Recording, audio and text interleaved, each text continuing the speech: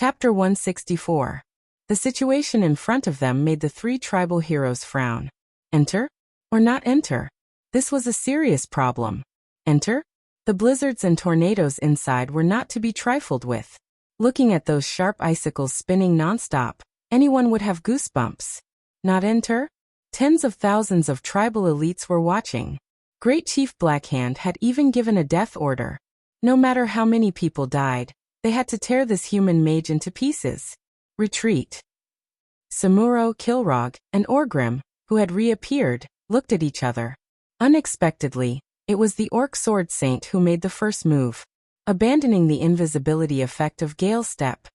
The Orc Sword Saint jumped directly into Duque's huge ice shield that was more than 100 meters in diameter. He waved his longsword and began to spin violently. Samuro's wild eyes were filled with endless killing intent. Duque must die.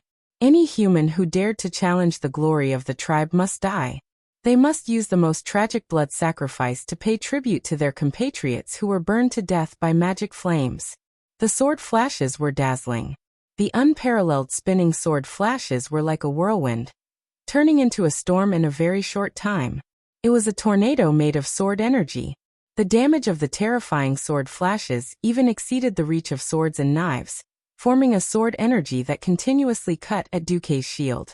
Darnielle held the flag behind Duque in shock and muttered to himself, "What skill is this?" Bladestorm, the signature skill of the Fireblade clan's Sword Saint. Duque sneered. Duque could almost close his eyes and write down the Sword Saint's combat skills. If this is all you have, then go to hell. Yes. Duque had his eyes on Samuro.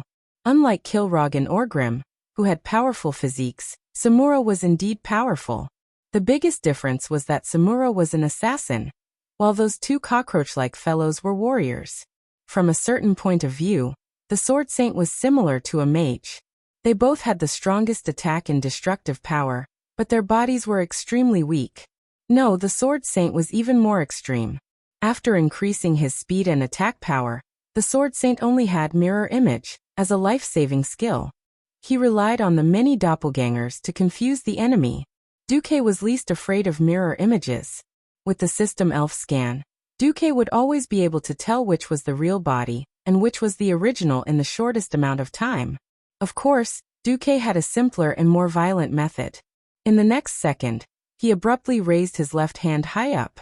After his left hand snapped his fingers in an extremely pretentious manner, his left hand suddenly swung down to the left.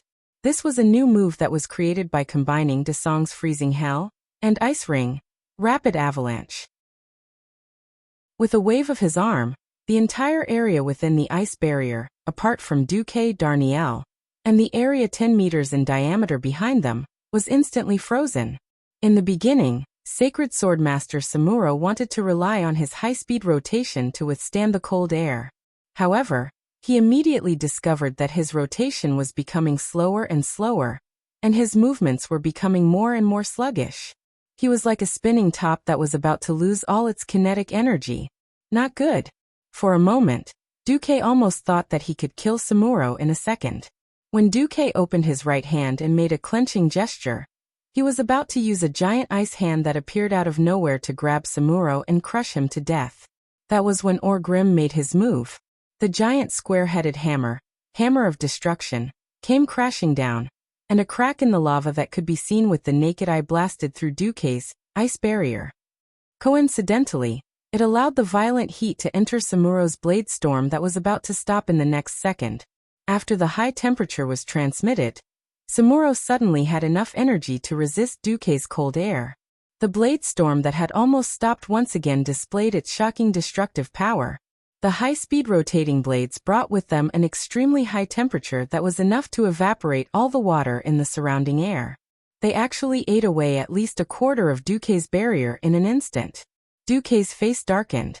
I knew that Hammer of Destruction wasn't some blue-quality item that was sold at a roadside stall. Duque cursed. As Orgrim's famous weapon, Hammer of Destruction was never a nameless weapon. After being immersed in lava all year round, Hammer of Destruction had an extremely exaggerated fire elemental energy. However, Hammer of Destruction wasn't at its peak yet. Just like Lothar's King's Sword, when a certain weapon condensed the will and faith of millions of people in an entire race. Even if that weapon itself was made of ordinary iron, it would be upgraded to at least the level of a demigod weapon. Not to mention that hammer of destruction itself wasn't an ordinary weapon. It wasn't an exaggeration to say that after becoming the chief of the tribe, Orgrim's strength would at least double. In the next moment, Kilrogg charged over. With 2 short axes that were less than half a meter long in his hands, Kilrogg Deadeye immediately turned into a berserker. His axes carried some kind of strange power.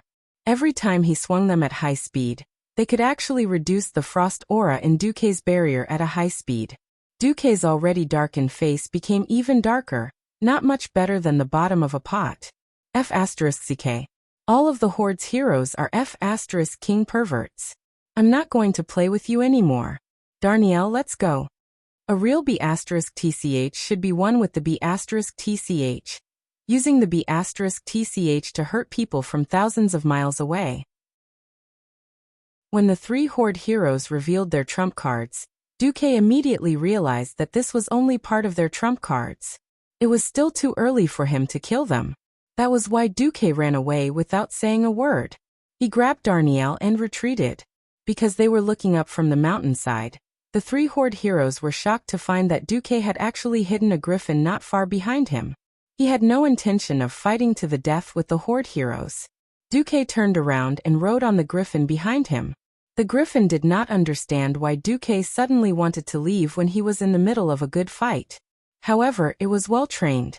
After sensing the movement of its temporary master, the griffin let out a long cry of dissatisfaction and flew up. Duke Marcus, if you're still a man, come down and fight me one-on-one. Seeing that Duque wanted to run, Orgrim was almost driven mad. He could not imagine why this seemingly powerful human mage would have the idea of running away. Didn't he already suppress all 3 of them? Orgrim, if you're still a man, come to Stormfort and fight me one-on-one in front of 100,000 human soldiers. A bunch of Horde heroes coming at me together, and you still have the nerve to say one-on-one?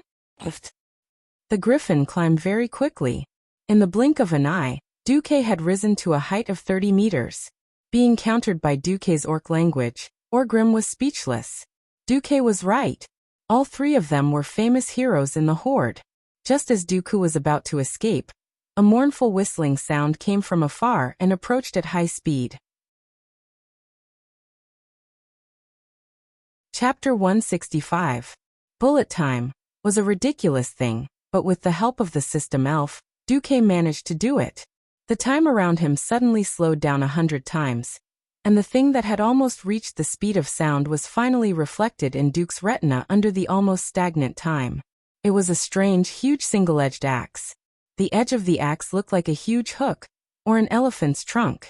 There were not many axes like this in the world of Azeroth, but they were definitely not few either. Considering that the person who threw the axe was at least 100 meters away from Duque, it was impossible for someone to throw an axe like this from 100 meters away. And from 100 meters away, he was able to throw an axe in such an inhumane manner.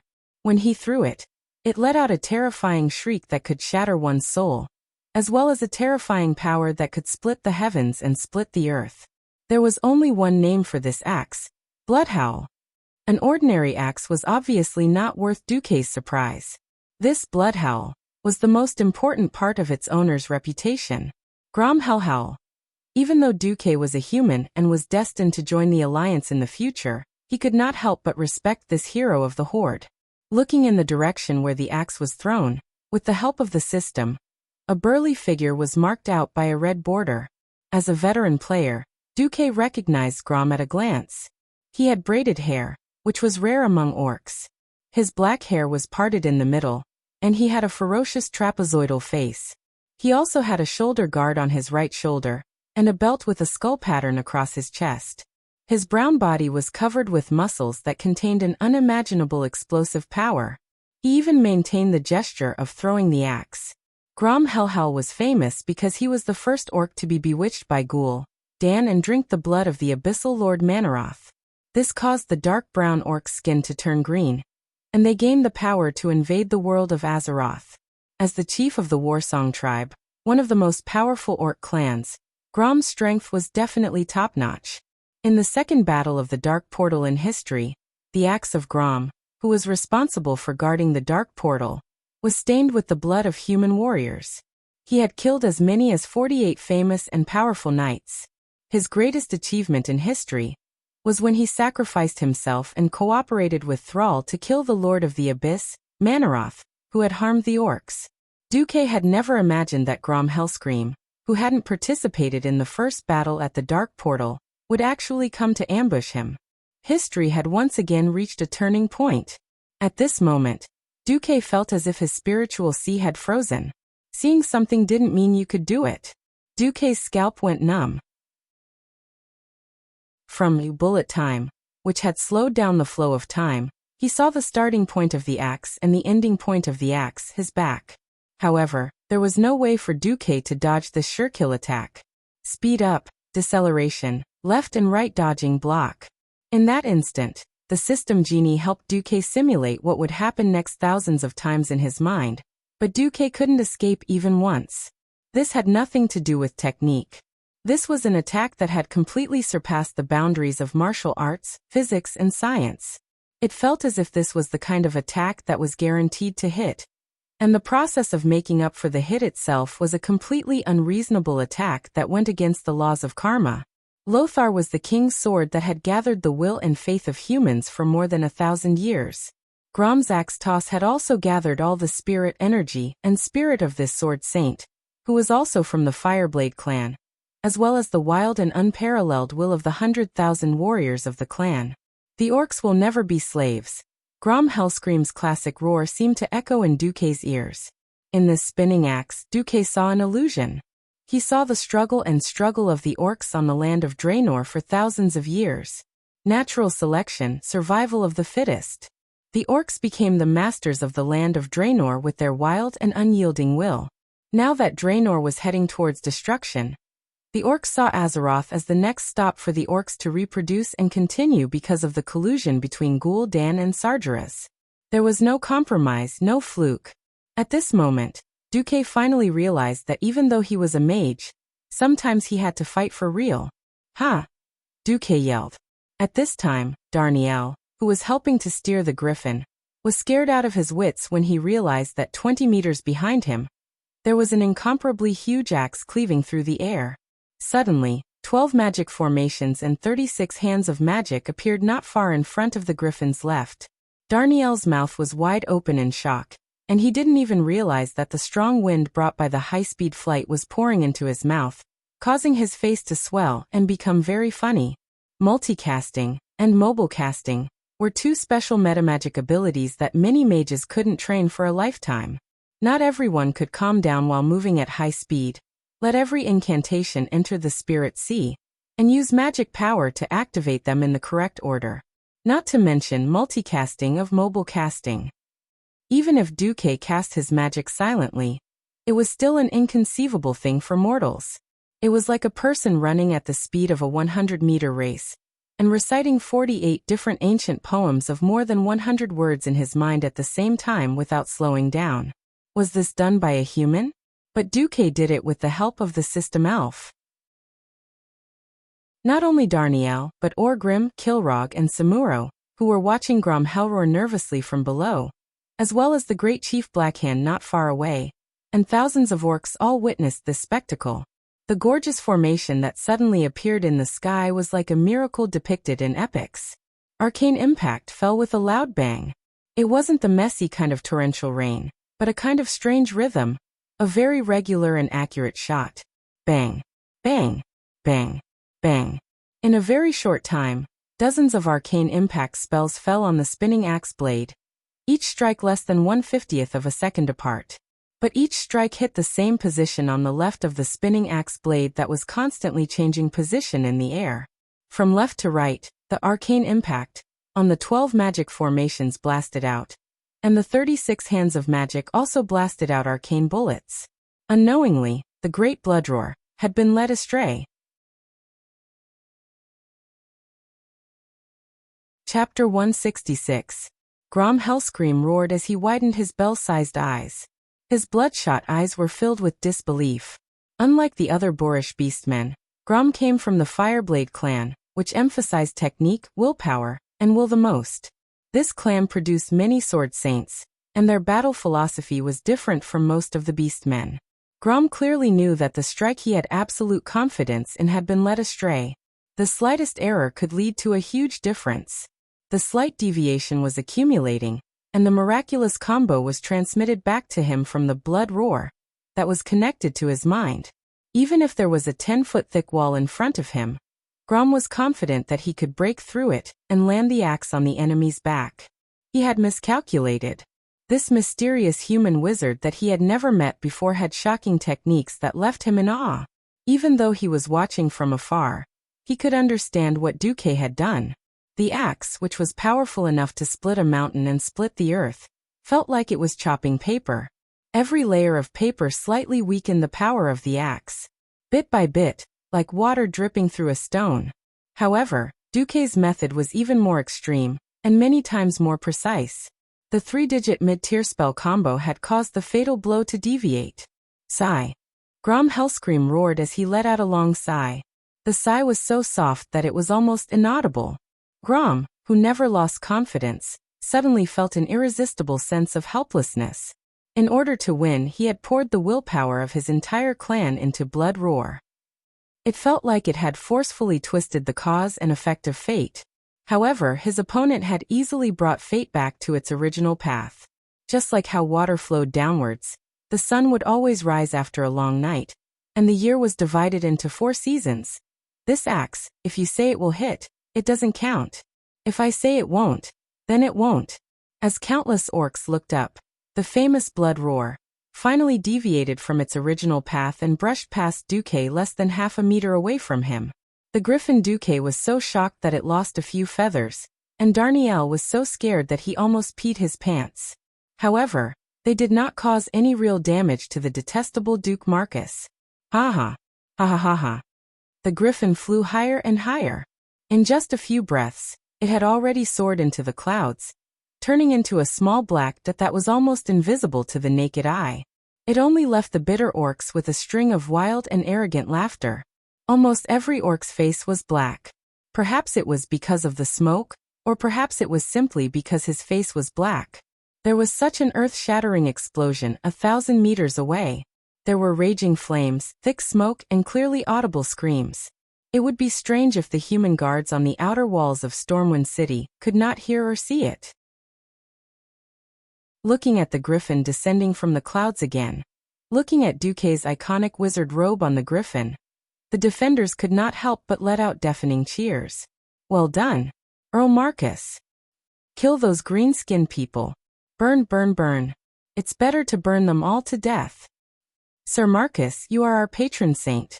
Duque let Darnielle drive the griffin and fly slowly over the outer walls. Every time he raised his hand, a louder cheer would be aroused. Lothar flew over with a small group of griffin knights. This Azeroth Prince of Dreams had wavy black hair fluttering in the wind. Before he got close, his loud, lion-like laughter could be heard. Ha ha ha. Well done, Duque. Hey, I almost lost my life there. A few of the chiefs in the tribe probably hate me to the core. It's fine. Even if you were really trapped there, I'm sure I can bring people to rescue you. Looking at Lothar's large hemp rope with a slip knot on the griffin's butt, Duque rolled his eyes. Damn it, Lothar actually meant what he said. When the time comes, will you rope me like a western cowboy, hang me by the neck and pull me up? Tzich. If it weren't for you, Lang wouldn't have allowed me to dispatch all the griffin knights. Duque suddenly felt a burst of warmth in his heart. A line of griffins flew to the inner city wall of Stormwind City, near the flight point on the east side. The griffins spread their huge wings and began to slow down. After a few flaps, their sharp claws made a sharp sound on the thick hay. Before the griffin came to a stop, Lothar had already nimbly flipped over. But there was one person faster than Lothar, Storm King Lang. How was the battle? Lang asked impatiently. It's fine, the beastmen will get lost for the time being. Are you sure? Lang's face was filled with undisguised surprise. Of course. Duque's voice rose an octave. Not only did I burn most of their tents, but I also added some seasoning to their only water source. Seasoning. Almost at the same time, the great chief of the tribe, Blackhand, could almost be renamed to Blackface. Report: the water source has been poisoned? Poisoned? How can running water be poisoned? Beside him, Kilrog angrily asked the captain of Blackhand's bodyguards. I don't know, but the water flowing down from the mountains is green. My men have personally confirmed that the beasts will die after drinking it. Someone saw Naga in the water. It should be the human Naga who poisoned it. Wasn't there a water bar blocking it? Orgrim asked. It was blown up by that human mage. It was too chaotic just now, none of us noticed. The few tribe leaders fell silent at the same time. At first, the elven forest was filled with murlocs and Naga, attacking the orc laborers who were fetching water from the river. But Orgrim came up with an idea, which was to build a crude dam to prevent the Naga and murlocs from entering the forest. After a few attempts by the Naga to bypass the dam and enter the water, they were ambushed by the orcs. Almost no Naga could be seen in the elven forest. They didn't expect to be ambushed by Duque, allowing the Naga to enter the forest. Now, all the trees that could provide shade had been burned down by Duque, and the only water source had been polluted. There weren't tens of thousands of people here. If there were only a few of them, they could slowly dig deep wells. The problem was that there were 300,000 soldiers here. The orcs were very brave warriors, but they weren't undead. They needed to eat, drink, and defecate too. Without water, this was definitely a very serious problem. Blackhand was very violent, but he hadn't completely lost his mind. The word was stuck in his throat a few times before it popped out from between his teeth. Retreat. On the other side, a deafening roar came from the direction of the city gate, spreading throughout Stormwind City. Every soldier in the city raised their heads in confusion, looking at the outer city wall in confusion. Not long after, a messenger immediately shouted as he galloped on his horse. Victory! Victory! Sky Mage Earl Duke Marcus ambushed the orc camp, burning over 10,000 orcs to death. Now the orcs are retreating from the south gate. Chapter 167. The crowd involuntarily became even more restless. The black flames of the distant fire soared into the sky, and could be clearly seen even across the high city walls. Originally, no one knew that it was Duque who had set the fire, but when the messenger said so, the crowd immediately went from restless to seething. Long live Stormwind! Long live His Majesty Lang! Long live His Excellency Marcus! The people were simple and honest. Whoever could bring them a safe and happy life would be their God in heaven.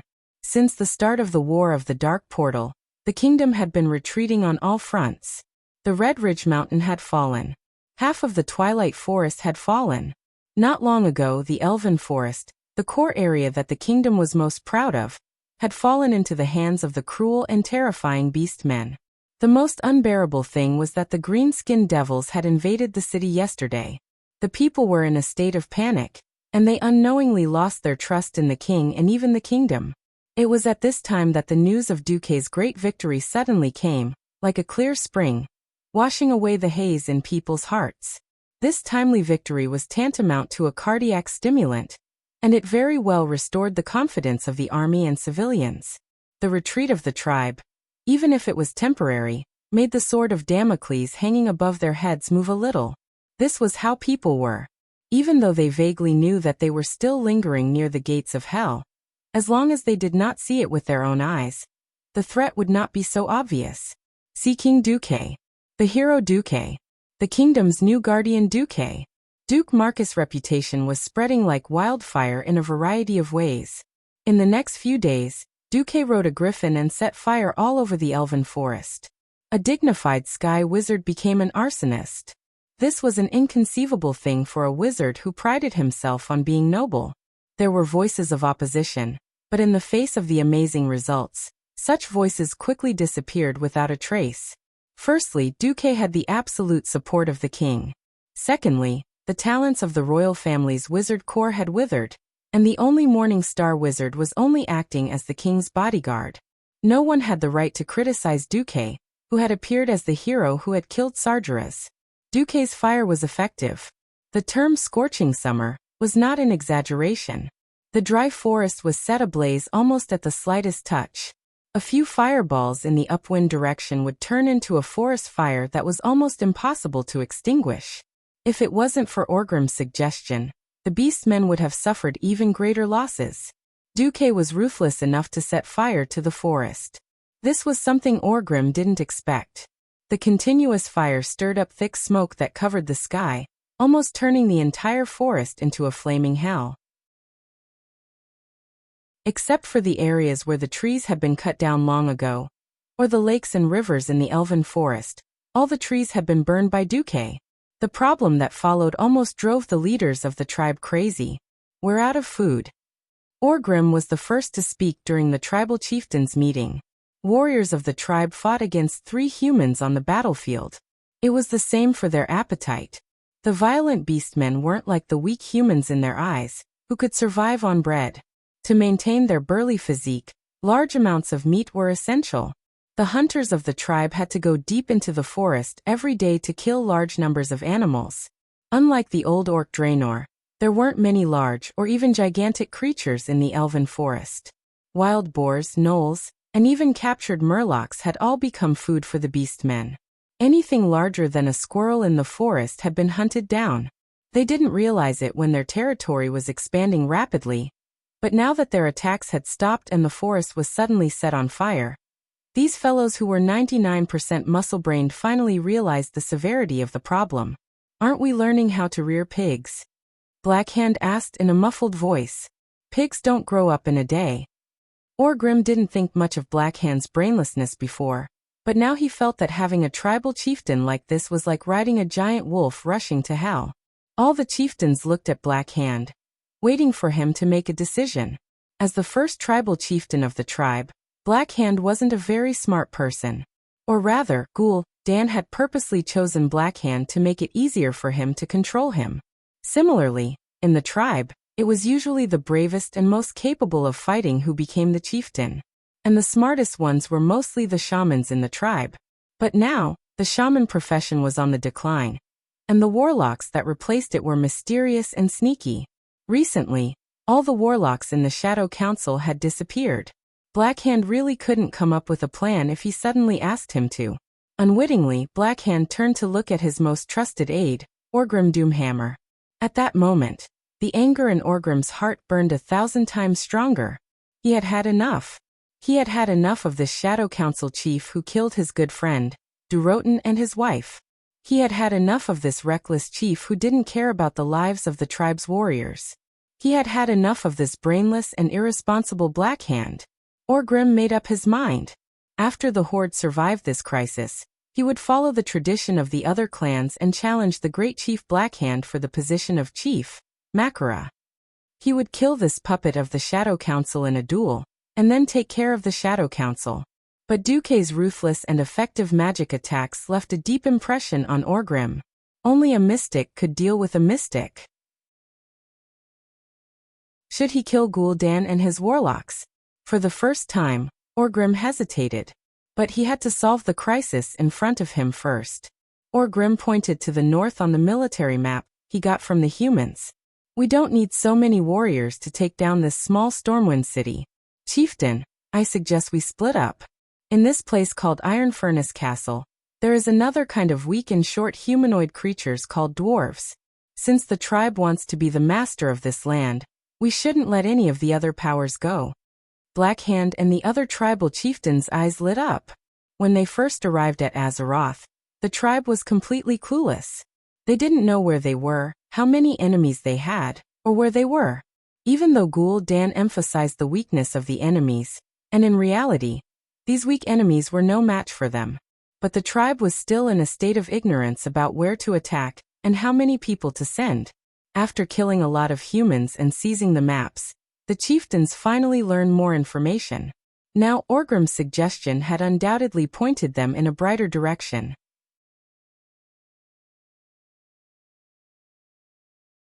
Chapter 168. There were hundreds of thousands of Horde warriors. There was no need for so many soldiers to take down this small human kingdom. Furthermore, Orgrim had already used his actions to find the enemy's weak point, the low city wall in the valley. Spreading out was also a way of survival for the beastmen since ancient times. Now that there was a shortage of food, there was no reason to gather so many soldiers here.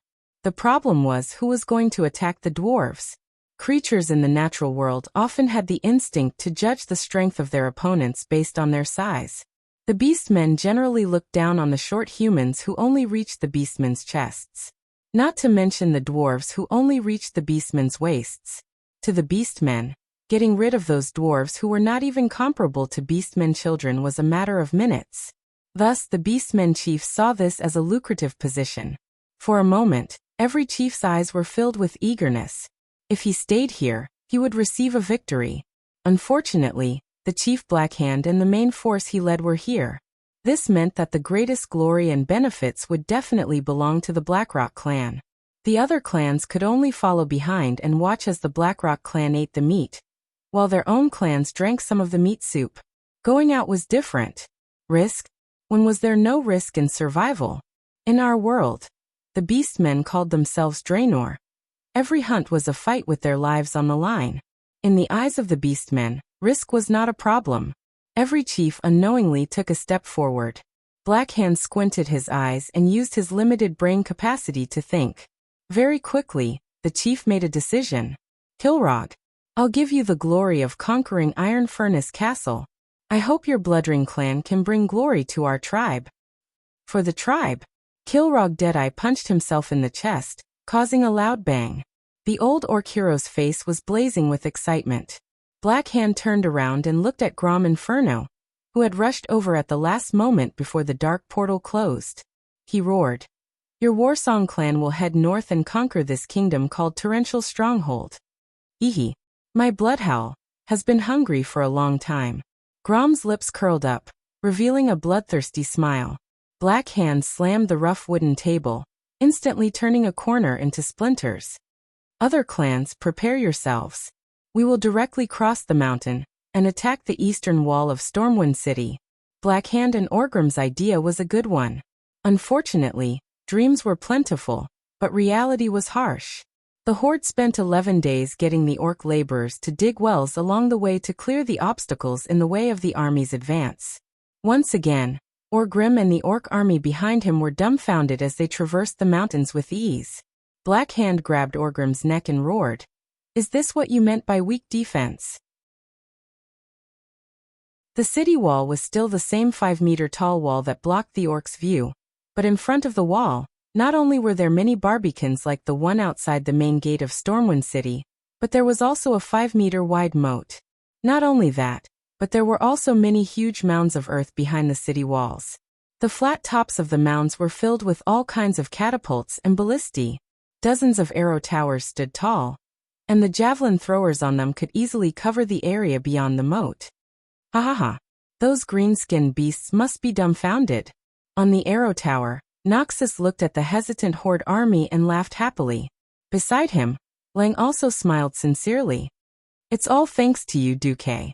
If it wasn't for your idea, we might have been finished." Duque shrugged. "It's nothing. The more people, the easier it is. You don't have to be humble. You're my lucky star." Lang smiled. A simple city defense could not withstand the orcs' flood of attacks. Therefore, as a transmigrator, Duque used the more people, the easier it is trick to deal with the orcs. It was simple. Those who were willing to dig the moat for the kingdom, as long as they dug enough earth, could get an early ticket to board the ship. The people went crazy. Everyone knew that Stormwind City could not hold on for much longer. The longer they stayed, the higher the chance of death. If not for the fact that they were surrounded and the sea was the only way out, the people would have rioted and fled on a large scale. Many people at the docks thought of ways and used up all their money just to get an early ticket. Don't talk nonsense like everyone was equal. The truth was that the more capable and the more capital one had, the more likely one could escape. Didn't they see that the nobles no longer had to go through the civilian docks? They could just board the new ships of the Stormwind Navy at the military port and easily escape from this desperate Stormwind City? But now, Duque's policy gave these pessimistic people new hope. As long as they worked hard, they could save themselves and their friends in advance. The conditions were not harsh. The laborers dug under the cover of the Stormwind soldiers who were ready for battle. Digging 20 standard carriages of earth could be exchanged for a ticket.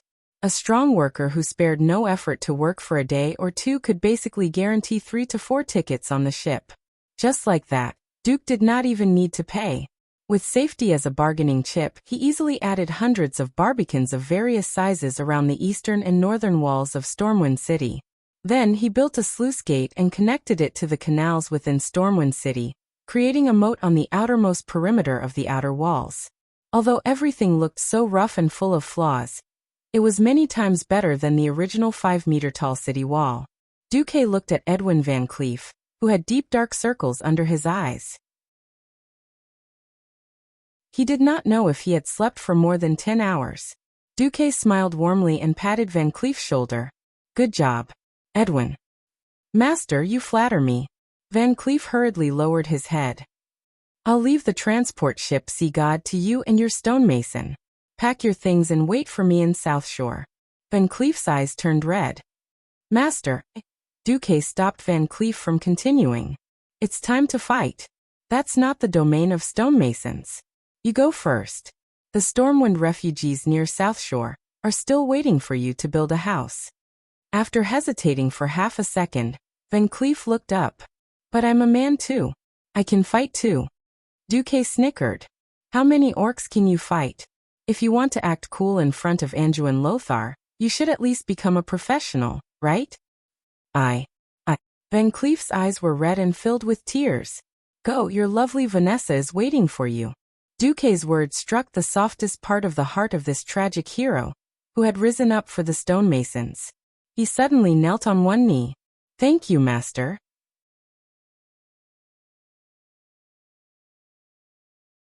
Chapter 169. At Stormwind Port, Van Cleef's eyes reddened when he saw the huge Poseidon ship moored in the harbor. There was a large sign on the dock that read "Exclusively used by the Stonemason Guild" and Count Duque's personal guards. Count Duke Marcus' reputation had seeped into the hearts of every citizen of Stormwind. His courage, wisdom, fairness, benevolence, and greatness had almost become holy. People began to put his name alongside King Lang and Anduin Lothar. No matter where they were, the private guards of Count Marcus who wore the emblem of the 100-armed god of death would receive the most solemn treatment, equivalent to that of a knight. All the chaotic scenes would become orderly after the arrival of Duque's private guards. This was prestige. This was the people's spontaneous worship of Duque. While Van Cleef and the other stonemasons stayed behind to work, many wanted to sell their lives to Stormwind as the price for sending their families away early. Who would have thought that Duque would actually send them away? There was no way they would be killed when they were already dead. Before leaving, Makarov, the butler of Duque's external affairs, personally delivered the construction plans of the South Shore refugee camp. This made it clear to Van Cleef and his brothers that there were still many areas where they could be of use.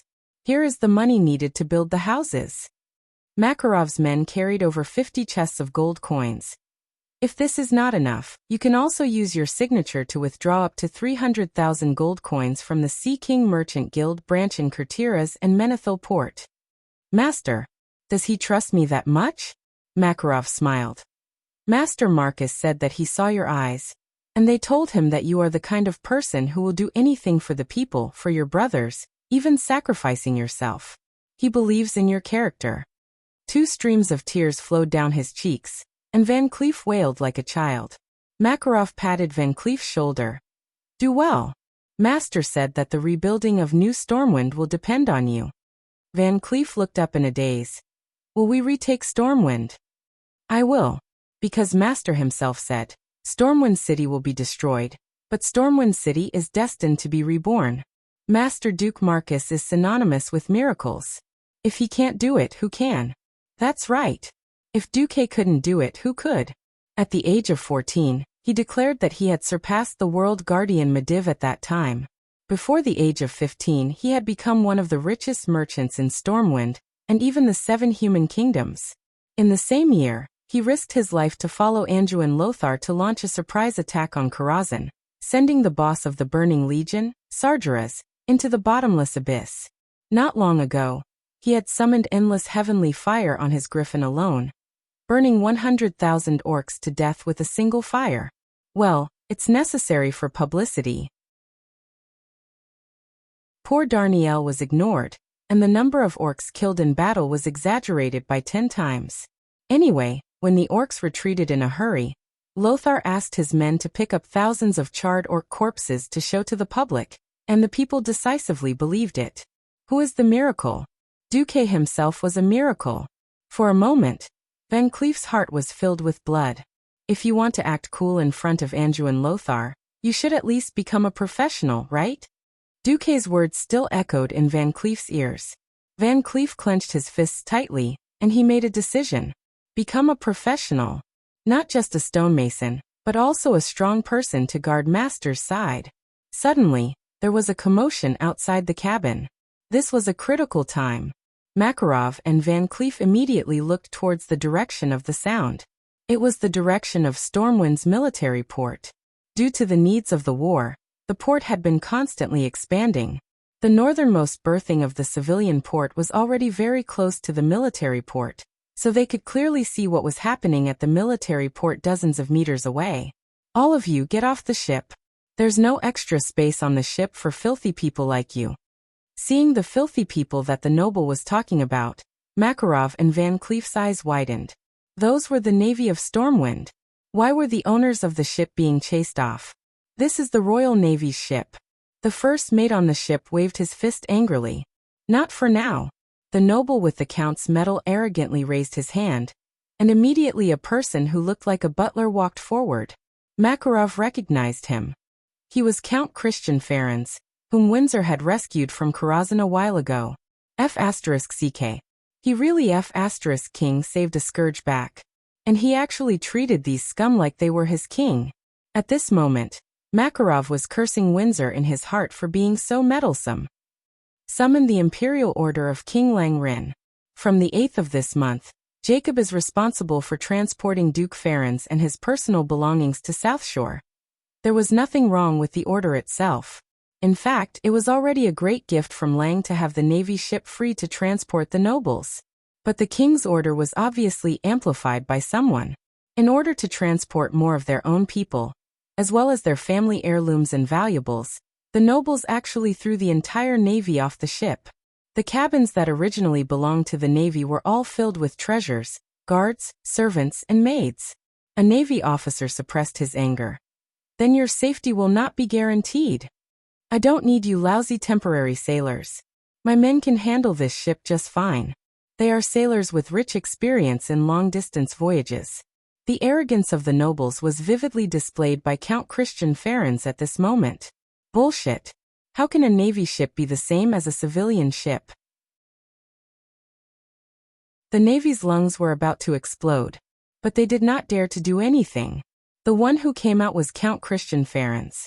But this count's father was the famous Duke Ferens. At the peak of his power, the Ferens family owned 1/5 of the Elven Forest as their territory. They were one of the oldest nobles in Stormwind. How will the ship come back? Jacob still has a mission to evacuate people from Stormwind in 5 days. Count Christian raised his chin and did not even lift his eyelids. Go to Southshore. I will order the soldiers there to bring the ship back. After saying that, he no longer paid attention to the naval officers and disappeared from the cabin, leaving only 8 fierce-looking guards lined up in a row, blocking the cabin entrance. Arrogant, condescending, and proud of being born noble. Why were there heroes like Anjouan Lothar and Duke Marcus among the nobles? And why is it full of scum like Christian Ferens?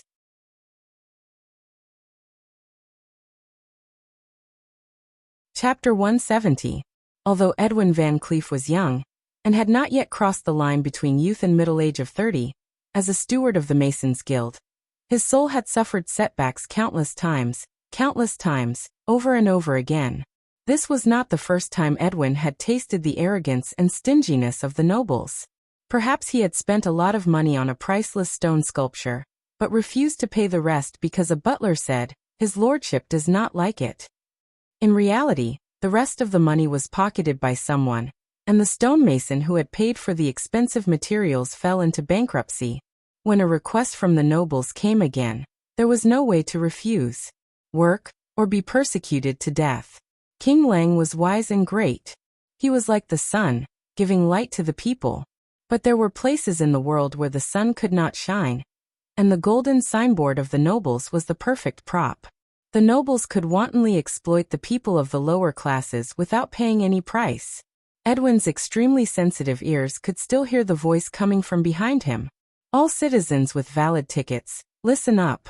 Everyone is only allowed to bring no more than 10 pounds of personal belongings.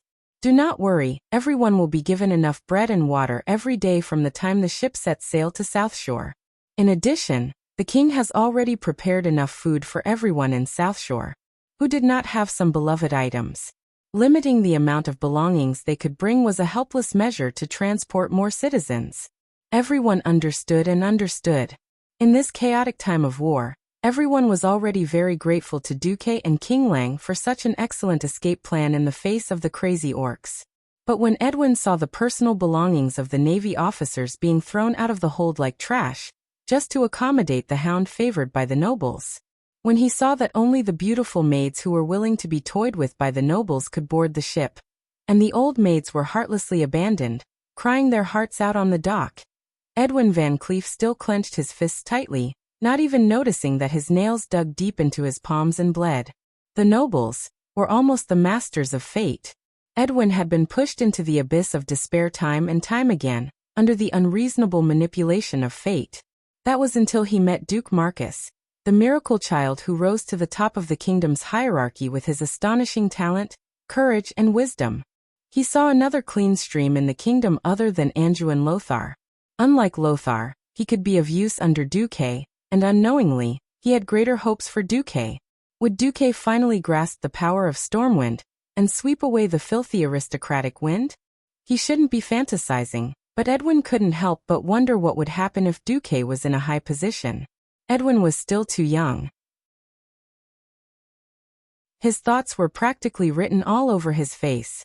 Among Duque's subordinates, Makarov was never a talented fighter. However, as the leader of the mercenaries, the oldest Makarov had the most experience in dealing with people and observing their body language. Makarov saw through Edwin's thoughts in an instant. As he marveled at Duque's supernatural prophecy ability, Makarov moved his mouth close to Van Cleef's ear, and spoke in a voice that only Van Cleef could hear. Master also said that fate will punish the weak, incompetent, and filthy. Edwin Van Cleef shuddered. Is Master Marcus hinting at something? He turned his head abruptly. Makarov, the old but shrewd count, had a "I didn't say anything" look on his face. Edwin suddenly had a feeling that Duque had prepared some sort of backup plan. Was he going to wipe out all the filthy and despicable nobles? What was he going to do? Was he going to act under the king's nose when the orcs were invading? After all, no matter how wise and great Clan was, he had never touched the interests of these nobles, let alone punished them. Everything Lang did was to improve the lives of the people outside of the traditional circle of interests of the nobles. But Master Duque, Edwin's mind was a mess.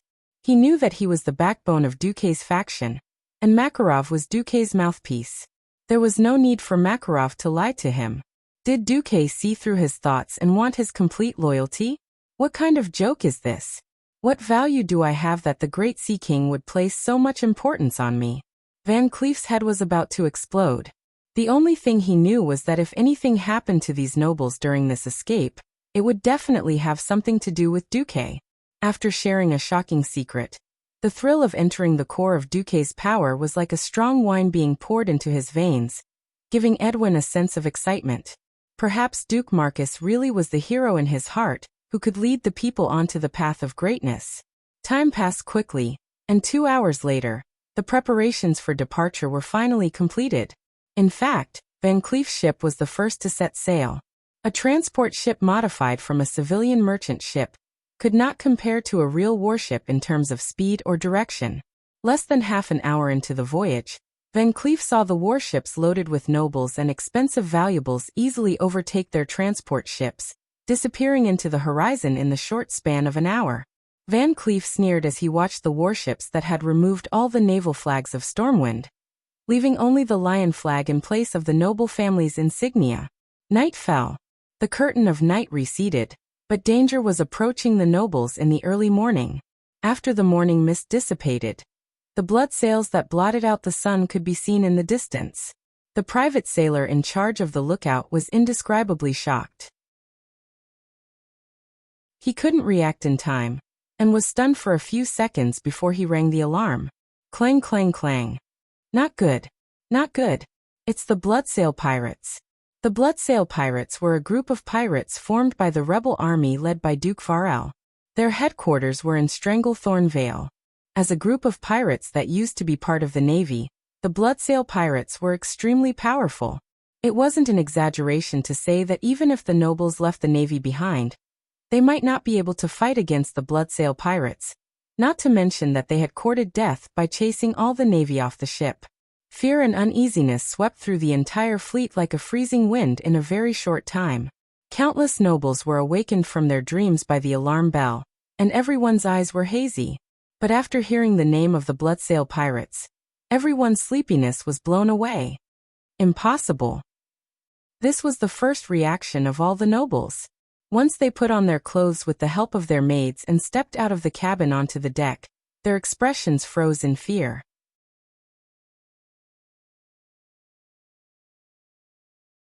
Chapter 171. Impossible? This was the first reaction of the nobles. Oh no. This was their next thought. The long period of peace at sea had numbed them. They had even forgotten that there was such a thing as pirates. There were no pirates in Stormwind before because they were too poor. There were not many ships that occasionally arrived at Stormwind City. That kind of wealth could not attract large-scale pirates. What else was left in Stormwind City? What could a dozen fishing boats, which were not much bigger than a sampan, bring? As for Sea King Duque's Pearl Fleet, it was escorted by Naga. It was like a hedgehog, and anyone who touched it would be stabbed. It was different now. Most of the nobles who fled from the Elven Forest to Stormwind City brought with them the wealth that their families had accumulated for thousands of years. In order to carry as much treasure as possible on the limited cabins, the brainless nobles even subconsciously ignored the existence of danger, and even the original navy on the ship were thrown off the ship. In order to escape from Stormwind City as soon as possible, they did not even wait for the slow civilian transport ships. Otherwise, they could at least use them as bait to delay the Bloodsail Pirates. If this was on land, the nobles could more or less resist with their strong guards. Unfortunately, this was the sea. In all fairness, it was a miracle that most people who could not swim could exert 70% of their strength on a ship that was constantly shaking. Not to mention, the private sailors of the nobles were at most goods that ran merchant ships. This was really courting death. They could have courted death anywhere, but they just had to court death in a domain that they were unfamiliar with. Turn around and run. We'll be safe once we get back to the fleet. There are warships of Kultiras there. Duke Agath Farrens, who had rushed over after hearing the news, grabbed the captain's collar, his eyes bloodshot. Yes, anyone could die. The noble bloodline could not be severed on this damned sea. There were also warships of Kultiras helping the fleet. Although those warships were also full of civilians, the warships were operated by the strong soldiers of the Kingdom of Sea. If they had to die, they could die by the Kultiras. It's too late, the captain cried. We're carrying too much weight. We're already overloaded. We can't run fast. Turn around and run. Throw away the things. Throw away the heaviest gold. Only by staying alive could the clan continue. What's the use of gold if I'm dead? The old duke's silver hair and beard danced wildly in the wind, his crimson eyes showing a rare sense of rationality amidst the fear. As the sails changed direction, more than 10 huge Stormwind warships began to draw huge arcs of white waves on the surface of the sea. Unfortunately, because there was no unified command, some of them had full rudders on the left, while others had full rudders on the right. The direct result was that the two ships almost collided head-on. Both sides were flustered and managed to avoid the worst situation of the bow collision at the last moment. Even so, the collision of the sides and the decorations on the sides of the two ships that brushed past each other scared the wits out of them. For a time, the scene was extremely chaotic. Trash! In the distant flagship of the Bloodsail Pirates, a voice rang out. Brigadier General Lester Zank flashed a contemptuous smile. But when he saw the nobles starting to let their men drop a large number of heavy boxes to lighten the ship's load, he had a bad feeling. When he saw the golden light emitting from a box that disintegrated in mid-air, his bad premonition was confirmed. Lester could not help but curse. Gold. It's all King gold. You bunch of noble scum think you can run away just by throwing away the weights? Idiot. I don't want the ransom. I'll spend 3 days and 3 nights roasting the guy who came up with this rotten idea into charcoal. Lester almost fell into madness from anger. This was the King deep sea. Precious metals thrown into the sea could only sink to unreachable depths or become food for the fishes. How am I supposed to fish them out? Fire! Fire the bow cannon! Lester yelled at the top of his lungs. The first mate was dumbfounded. Brigadier General Zank, we haven't entered the effective firing range yet. If we just use the bow cannon. Idiot! Do you still expect that bunch of lousy land nobles to fight us in a gorgeous naval battle like Kultiras? I'm going to destroy their stupid idea of escaping. As the command flag fell, a dozen or so unglamorous parabolas set up a battle bridge in the faint light of dawn and began to erode the little courage of the nobles. The cannonballs, which were not intended to hit, landed near the noble fleet with ridiculously poor crosshairs, stirring up a huge column of water and creating a faint rainbow that surrounded the noble warships. From the nobles' point of view, this was already an overwhelming bombardment that was like a torrential rain. Then something called probability theory, which was actually called metaphysics, came into play in the dark. In this era, the hit rate of long-range bombardment was extremely low. Unless it was within 100 meters, which was called close-range combat, the hit rate was mostly less than 1%. To be able to fire a cannon within a radius of 100 meters under the interference of a series of problems such as the strong wind, the trembling of the ship itself due to waves and other bombardment, and the maintenance of the barrel itself was already a godly gunner. To be able to hit a target with one shot was simply a legend. But one guy really did it. From afar, a curved cannon from the bow of a ship 800 meters away blasted directly into the armory of a noble's warship, causing a brilliant chain of explosions. When the warship exploded, the flames that soared into the sky, the wood shavings that were blown away and kept spinning in the air, as well as a large number of human limbs. Everything was like a horrifying oil painting from hell, deeply imprinted on the retinas of the nobles. In less than a minute, as many as 7 noble warships stopped their ships and raised their white flags high up. More bloodsail pirate ships, which had been designed for extreme speed, rushed into the nobles' fleet and immediately launched a close-range bombardment against the nobles' private sailors who attempted to resist. Bang, bang, bang. The well-trained bloodsail pirate ships fired continuously from bow to stern, teaching the nobles' private soldiers a good lesson on what a naval battle was. Of course, the nobles' private soldiers retaliated with cannons. It was a laughable salvo. Lester, who was watching the battle from afar, was stunned. He did not expect these private soldiers, who had only sailed merchant ships before, to be this retarded. The huge counterforce even pushed the entire ship 5 meters to the other side, as if it was moving horizontally. The cabin, which could not withstand the impact, even let out a typical cry of wood breaking. But all resistance was futile. The pirates bit their machetes and jumped over the cable that they had prepared. Everything was going smoothly, but when they killed their way into the enemy's cabin, there was a sudden change. A huge devil appeared. The clothes hanging on his chest even retained the noble's family emblem.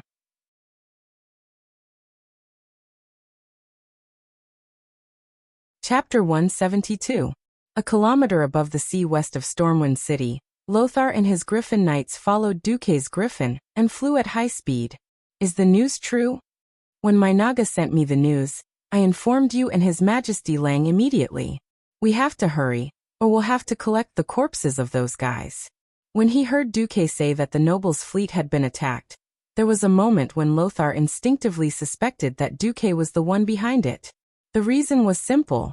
As the upstart of Stormwind City, Duque had always been at odds with the traditional nobles. Even the Brando family, which had a direct conflict with Duque in the past, had never shown any signs of reconciliation on any formal occasions. Even if they wanted to stab you in the back 1,000 times and insert steel needles into each of your fingers, the nobles would still maintain their elegance and demeanor in front of others. If it weren't for the blood of Thoradin the Great and the friendship of Lang, Lothar might have long been killed in a dark corner of Stormwind City, and his corpse would have rotted away. Duque.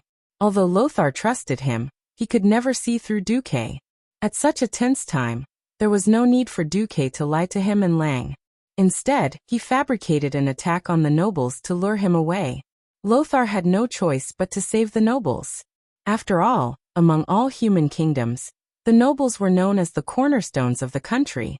In fact, there was even a saying in the upper class of many kingdoms: the useless peasants can die, but as long as there are wise and brave nobles, the country can be revived even if it's destroyed.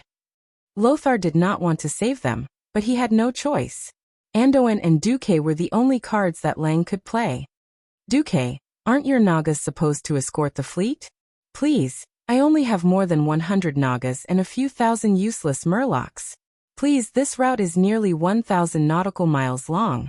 How much territory do you expect to guard? But I've asked them to hurry. But looking at the schedule, we should arrive first. The attack on the nobles' fleet was indeed a blind spot for him, and all of the upper echelons of Stormwind. Rather than saying that it was a blind spot, it was more accurate to say that the orcs' attacks were too powerful and attracted all of their attention. Just by imagining it, one would know that such a weak guard was loaded with the wealth of the noble families for thousands of years. It would be abnormal if it did not attract the attention of pirates, right? Noxus didn't say anything and followed Duke silently with over 30 Griffin Knights. Duque didn't take any detours.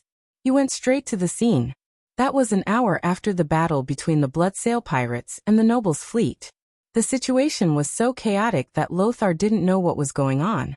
More than 20 Bloodsail pirate ships surrounded the battle in the middle, not daring to approach. In the battle, almost every 2 Bloodsail pirate ships sandwiched a Stormwind warship, initiating a white soldier battle. The ships on the periphery were like chicken ribs, tasteless and a pity to abandon. They didn't dare to open fire, nor did they dare to send pirates to help their own ships. Because every warship was in a melee. The protagonists of the melee were not the nobles' private soldiers, nor the Bloodsail pirates, nor were they Nagas or Murlocs. Instead, they were demons emitting blazing heat. Riding the griffin and circling half a circle in the sky, Lothar's face turned green. If the Bloodsail pirates had released the demons to attack the nobles of Stormwind, Lothar would have jumped down without a second thought. Obviously, it was the Bloodsail pirates who were being slaughtered. The blue-skinned, burly demon guards were incomparably dazzling under the sunlight. They brandished their huge axes, and with their outstanding combat talent, they laughed wildly on the shaking ship, wantonly killing the Bloodsail pirates whose morale had already collapsed. The scene was like a butcher with a bloodstained knife chasing a fat pig that had nowhere to run. The pig's death was only a matter of time. So, the demons were released by the nobles? However, seeing many of the nobles' private soldiers and corpses lying on the deck, Lothar knew that things were not that simple. At this moment, Duque could not help but sneer in his heart. That's right. He was the one who orchestrated this whole situation. He spent a full 3 months asking Makarov to secretly collect the opinions of the nobles in Stormwind and verify them one by one. After obtaining a large amount of evidence of the nobles' crimes, he made a death list. Of course, Fame Brando and his family were at the top of his must-kill list. Below them were the allies of the Brando family. As a transmigrator, Duque was very clear about the nature of the nobles, and what these greedy fellows would do when their lives were threatened. Duque had waited for this day for a long time. After the dark portal opened, he had long ago contacted the Bloodsail pirates in the south of Stranglethorn Vale, through secret means. As an ambitious butler of the nobles who wanted a piece of the pie, he told them how the nobles would transport away their 1,000-year-old wealth. Duque had also thought about what would happen if he implicated the Stormwind Navy. In that instant, Duque also hesitated. He did not want to kill a good person by mistake. But the heavens gave Duque another great opportunity. It was a group of nobles that Windsor had rescued from Karazhan. Baron Rayford Drigel, Count Crispin Ferrens, Countess Dorothy Millsdeep, Countess Catriona Warnandy, Duque was familiar with every one of these guys. Why? Because these guys were originally part of the Karazhan dungeon of Warcraft. They were the secondary bosses under the second boss Butler Moros. From what Duque knew, these guys were already undead when he saw them. If Ralph Drugel could use the Paladin's Sanction skill, he should be the father of Jules Drugel, the deputy mayor of Twilight Forest Night Town. Duque knew about this as soon as he came out of Karazhan. He did not believe that these guys, who were supposed to be one of the bosses, could escape from Karazhan full of demons unscathed. Duque took the opportunity to get close to a few of them. Just like when Duque used the system elf to discover that there was something wrong with Medivh, who was possessed by Sargeras. In his retina, he saw the boss template of these guys, with the word demon attached. Duke was laughing so hard that his belly almost burst. That's right, these demons were part of the insurance that Duque had set up. It could ensure that even if one day a great detective was so resourceful and found evidence of his collusion with the Bloodsail pirates, Lang would not blame him for this matter. The demons were let in by the nobles themselves. Who could be blamed for leading the wolf into the house? Perhaps it was because of this that Stormwind wanted to cover up this disaster of most of the kingdom's nobles are demons. In the end, perhaps this was a murder that had once been treading on thin ice. If one part went wrong, the reputation that Duque had worked so hard to build would no longer exist. But after Duque carried out the perfect murder, to the end, he could establish a perfect ending that was beneficial to the whole kingdom, and even all of humanity. When the goal was achieved, the truth of this murder would never need to be exposed.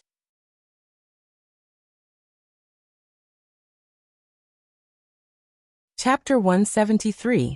The demon was very powerful. It was so powerful that even the warriors recognized by the nobles couldn't shake it. Even a slap that couldn't even be considered a formal attack could smash a person's head into a rotten watermelon. A dog-like demon with 4 feet on the ground opened its huge mouth and swallowed the entire person, along with the armor and the weapon in his hand. The horrifying teeth that sounded like millstones grinding the body in metal, as well as the guards' dying wails, lingered in his ears. After seeing such a scene and hearing such a sound, just the thought of facing such a thing made their hands and feet tremble uncontrollably. It just so happened that such a thing was actually transformed by his dearest family member. The huge demon didn't just spread its massacre towards those damned Bloodsail pirates, it also extended its claws of death towards those who were originally on the same side. It didn't differentiate between friend and foe, and killed as it pleased. This was simply a nightmare. This kind of nightmare seemed to be endless. Resistance was meaningless, and all who resisted had been crushed to dregs. There was also no point in running, because the 2 ships were only so big, and there was nowhere to run. Every survivor was a pitiful wretch waiting in despair for the final judgment to come. At this moment, a shining holy existence descended from the sky. Looking up blankly, he recognized that it was the radiance of arcane power unique to mages. A powerful mage? Who could it be? After almost forcibly conscripting all the private mages of the nobles, Stormwind still suffered a crushing defeat in the Battle of Magic.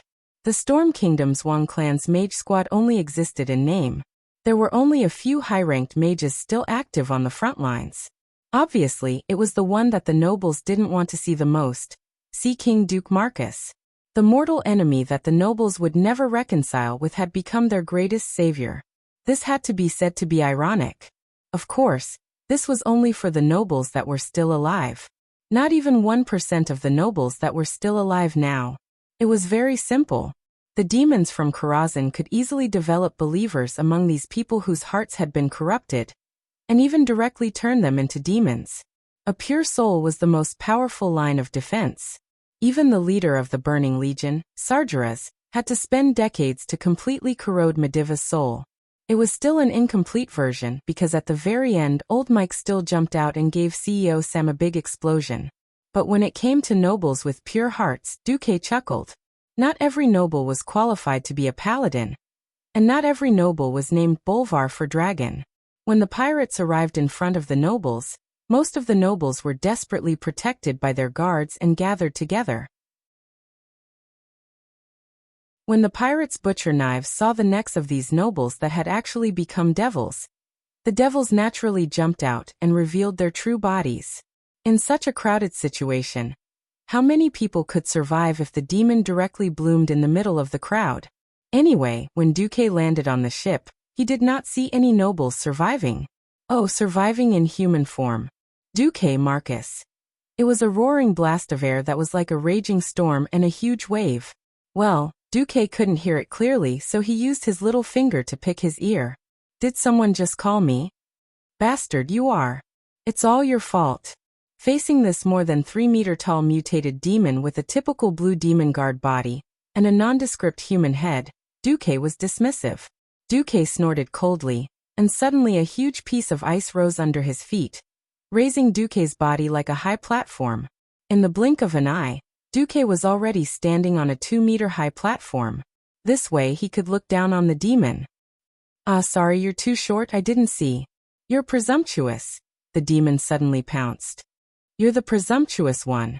Suddenly, a mysterious blue magic circle appeared in front of Duque, and a powerful arcane impact turned into a huge fist, and the demon that was charging at him was pushed back even faster than when it came. Bang bang bang. The demon that crashed into the cabin knocked over a lot of things, but the demon quickly climbed out again. Oh, it's you, Sir Fame Brando. We haven't seen each other for more than half a year. How come you've grown uglier? Under the watchful eyes of dozens of survivors on the deck of the two ships, Duque mercilessly mocked the demonized Fame Brando. I'm going to peel off your skin and make it into a carpet. Fame roared and charged again. But this time he didn't charge recklessly. His 2 claws were glowing with a black light. Unfortunately, the gap was too big. Fame Brando, who had been driven out of the Storm Royal Magic Academy by Duque, had also missed the Dalajan recruitment last year. As a result, before becoming a demon, Sir Brando was still at the level of a magic apprentice. Demons were also divided into different levels. The more powerful an existence was, the more powerful it would be after it became a demon. How strong could a guy like Fam, who had wasted half a year, be? Putting aside the fact that Duque was already a sky mage, even if Duque was still an earth mage, he could still easily beat him up. 12 hands of magic appeared and shot out arcane missiles. For Fam, it was like a storm. Puff, puff, puff. Everyone was dumbfounded. In their eyes, that unparalleled, terrifying demon was nothing but a punching bag in Duque's hands. Every arcane missile could easily blast a muscle on Brando's arm or thigh into pieces. The number of bullets that flew past Brando's body was the same number of holes or gaps that appeared on his body.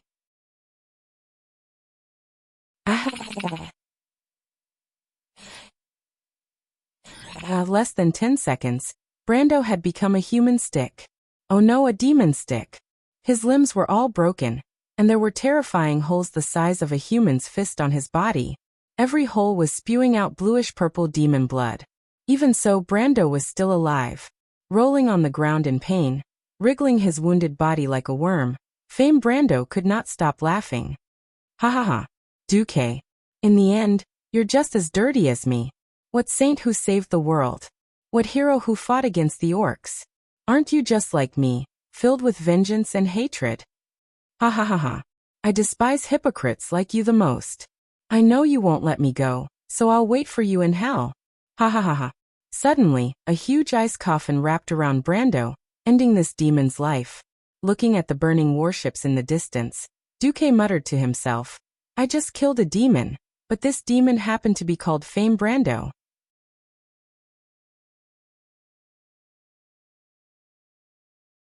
Chapter 174. Surprisingly, Duque didn't feel anything when he killed Fame Brando.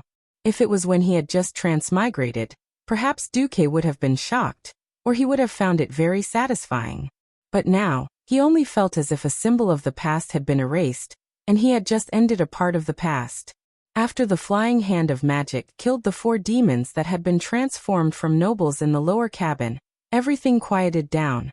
But the cold aura that lingered around Duque was obviously just the ice barrier that mages often used, but the coldness that seemed to be able to completely freeze people's souls clearly told every survivor who was in charge here. At this moment, Duque was God. A god who dominated the nearly 100 survivors on the 2 ships. Although the Bloodsail pirates who attacked the nobles' fleet were frightened, The nobles weren't much better. They had long known that Duque had a grudge against the Brando family, and this matter had become a topic of conversation among the nobles and servants during their leisure time. Now, if Duque was really unforgiving and said that the rest of the people had a demonic aura on them, and then he would kill them all, they wouldn't even have a place to cry. The people, trembling, quietly waited for the master of fate to speak. "Hey, Bloodsail, all of you surrender or die." What a joke. Facing the demon just now. The Bloodsail pirates had already felt that sense of despair and helplessness. Now they were facing Pharaoh, who could easily deal with that demon. When Duque's cold voice came out, the Bloodsail pirates instead felt as if they had been granted amnesty, and they all threw down the weapons in their hands. Duque glanced at them coldly. "Who's the leader here?"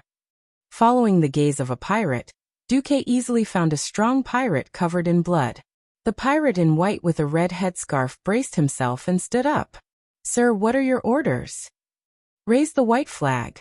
After I finish dealing with the other pirates, you drive your ship away. If you want to escape, it doesn't matter, my merman will be here soon, and—" Duque gently raised his right hand.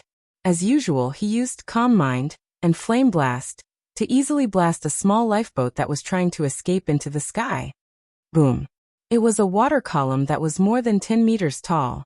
The berserk fireball not only blasted the entire sampan and the pirates on it into mincemeat, the scorching high temperature even caused large clouds of steam to ripple out, scorching the few pirates standing at the side of the ship more than 10 meters away. Silence. Silence. Deathly silence. Such an exaggerated instantaneous spell made these mortals forget to breathe. No, it wasn't forgetting. It was the kind of feeling that before Duque nodded, she had lost the courage to even breathe. Duque smiled faintly. "Trust me, the outcome of running away is definitely worse than this. That was just a demon, no." The current Duque was more like a demon in the eyes of the pirates. The group of pirates nodded like sifting rice. Duque didn't care about them anymore. With a whistle, the griffin that had been hovering in the air for a long time immediately landed on the deck. Looking at Duque facing the air current of the griffin's descent and getting ready to mount it, one of the noble's guards asked with a trembling voice, "Sir, are you really not planning to do anything to the Brando family?" Duque paused. No one should be born noble. Since they are born into a wealthy family, then they should act in accordance with their noble status. I am saddened by the fact that so many people in your family have been corrupted and turned into demons. But punishing you is His Majesty Ren's business. My duty is to save every citizen of Stormwind. Ignoring the remaining members of the Brando family, Duque rode the griffin into the air.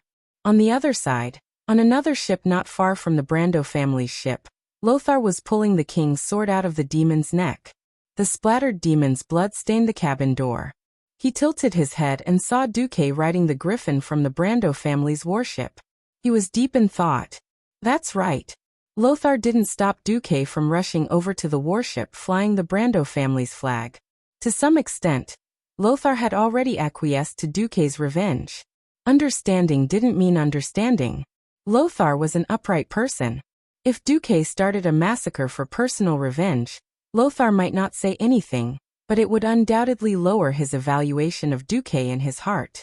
Seeing that there were still a large number of human figures on the two ships, Lothar secretly breathed a sigh of relief. At least Duque didn't start a massacre, so everything was within a reasonable range. As for what Duque did on the ship, everything would be clear when he returned.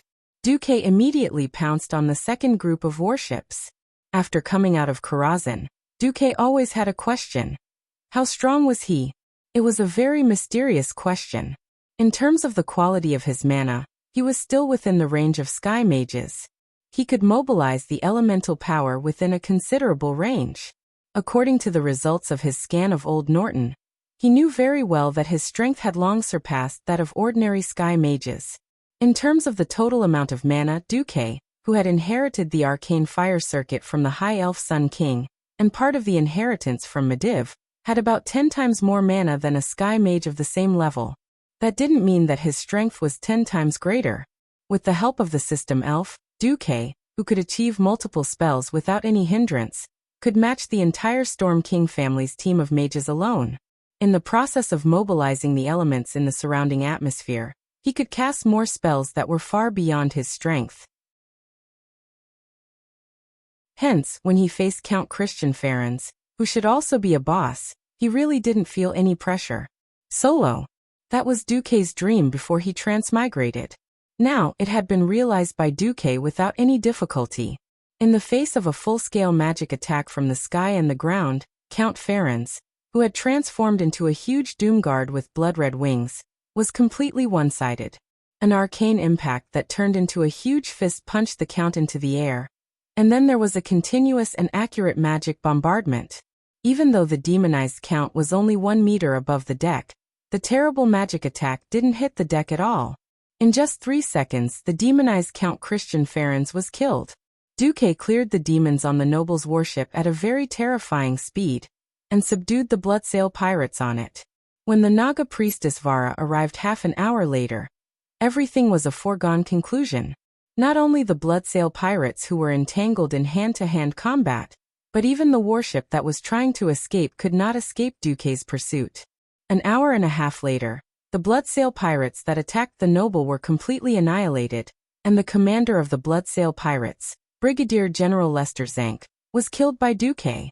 All the ships were taken back by Stormwind.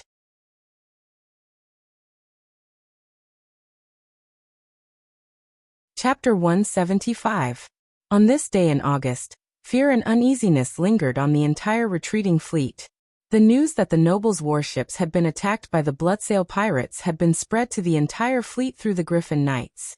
Kurtira's Commodore Cook, who was experienced in naval battles, had originally decided to let the entire fleet return. However, the messenger sent by Lothar insisted that Andoin and Duque could deal with the enemy's fleet, and that the Murlocs led by Naga had already rushed over. After some hesitation, Cook decided to maintain 3/4 of the sail, and deliberately split the fleet into 2. The fleet of Kurtira's, which had a certain amount of combat power, would lead the way, while the transport ships at the back would still have a chance to escape if they saw that something was wrong. 3 hours later, a large number of Bloodsail pirates appeared on the horizon. The strange scarlet almost made the lookouts subconsciously ring the alarm bells. In fact, a young lookout really did so. However, Kurtira's, who had foreseen the danger, arranged for double the number of lookouts, and another more experienced lookout stopped the young man. "Wait! Look at the flag on it." After seeing it clearly, all the lookouts were dumbfounded. "Captain, I suggest that you come and see this." Yes, it was indeed the warships of the Bloodsail pirates. The navy of Kurtira's, who were of the same lineage, would recognize those ships even if they were reduced to ashes. In order to maintain the flexibility of the ship in all winds, it had a single horizontal sail and 3 triangular sails. The ship's sides were specially raised for boarding battles, and a removable wooden outer deck was installed for cannonade battles. Everything was clearly telling the navy of Kurtira's that this was indeed an old adversary. However, the golden lion flag of Stormwind hanging on the main mast was telling the world that this was already the property of Stormwind. The eyes of the navy of Kurtira's were burning with passion. Before becoming the Bloodsail pirates, the leader of the Bloodsail pirates, Duke Fairville, had spent a lot of money to build the best warships in the whole of Kurtira's. In terms of quality alone, it was even above the main fleet of Admiral Dalen Proudmoore. The only difference was that the total number of ships that Duke Fairville had taken away was relatively small. There were only 12 large merchant ships and 24 warships. After modification and upgrading, these 36 ships were definitely the main force of the Bloodsail pirates. Now that a total of 12 battleships had been taken away by the Stormwind, it would be strange if the people of Kurtira's were not envious. If they didn't know that Stormwind Kingdom was about to fall, they would have suspected that Stormwind Kingdom was going to threaten their position as the overlord of the sea. Not only that, but the standard of the newly built small warships was also quite good. In addition to the ships that the nobles had taken away, what appeared in front of the people of Kurtira's was a huge fleet composed of 70 warships of various sizes. If it weren't for the fact that they could see through the binoculars that the Naga and the Murlocs were escorting the Bloodsail pirates to do their work, the people of Kurtira's might have gone mad with jealousy. Brigadier General Cook put down his binoculars and muttered to himself, "Damn it, if we didn't have a stronger green skin to deal with, I would definitely suggest the General suppress Stormwind when I get back." On Poseidon, Van Cleef leaned against the porthole and stared at the strange fleet that was sailing in the opposite direction from the south of the fleet. The distance between the two sides was so close that he could even see the despair and dejection on the faces of the nobles' private soldiers.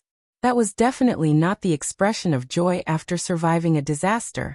If he had to use a word to describe them, it would be stray dogs. Excited blood pumped out of Van Cleef's heart and ignited his entire body. He felt his body and soul burning. The nobles are finished. Those arrogant nobles are finished. This voice was so clear and real that Van Cleef almost couldn't control himself. No matter how Duque did it, when the rotten flesh was cut off, even if Stormwind City fell, Stormwind would usher in a new life. Unknowingly, Edwin Van Cleef's heart was filled with the light of Duque. It was a fanaticism that made him offer everything of himself, including his loyalty, his life, his soul, and even his most beloved daughter, Vanessa. Late at night, Van Cleef couldn't calm down for a long time. Of course, he wasn't the only one who couldn't calm down.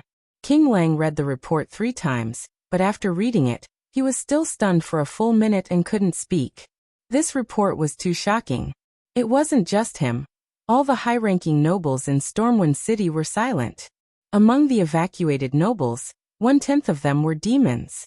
When the Bloodsail pirates launched their attack, the demons who revealed their true forms caused the largest death of nobles since the founding of Stormwind. Of the 387 titled nobles, only 32 survived, and all of them were injured. 7 families were forever exterminated, and the remaining 13 families were also sparsely populated. Half of the surviving nobles were minors. Most of them were seriously frightened. This wasn't a fabricated report by someone or some force. The testimony of more than 800 survivors was almost unanimous. These survivors included several extremely devout priests. It wasn't just them. The testimony of the Bloodsail pirates' prisoners was similar. Lang closed his eyes in pain. Do I have to tell the people that the lords they trust as leaders, the nobles of Stormwind who inherited Thoradin the Great, 1/10 of them are demons? Lang's voice wasn't loud, but it clearly spread to every corner of the meeting hall. Everyone looked at each other in dismay. If they did that, it would be a huge blow to their morale. At this time, Count Carton, who used to be an ally of the Brando family, raised his hand and asked to speak. Why can't we think on the bright side? At least we got twice the number of ships. We have enough fishermen to act as sailors. We can evacuate the people twice as fast. Lang shuddered, and suddenly felt a little warmth in his chest. Yes, the people's losses would be reduced. But Earl Cairton spoke again. The people who died were all local lords. I think we should respect their opinions before announcing the results to the public. After all, they are the cornerstone of the kingdom. The Count's words were like music to their ears. Most of the nobles had evacuated this time, but not every one of them could do so. For example, the nobles with important military positions in the kingdom. How could their own children become demons and kill their own people? How could they announce such a shameful thing? In fact, they had already thought of a reason, but they just didn't dare to say it. Now that Count Carton gave them a way out, they were so happy that they wanted to run up and kiss the Count on the spot. Oh, they really had to rely on their own people at the critical moment.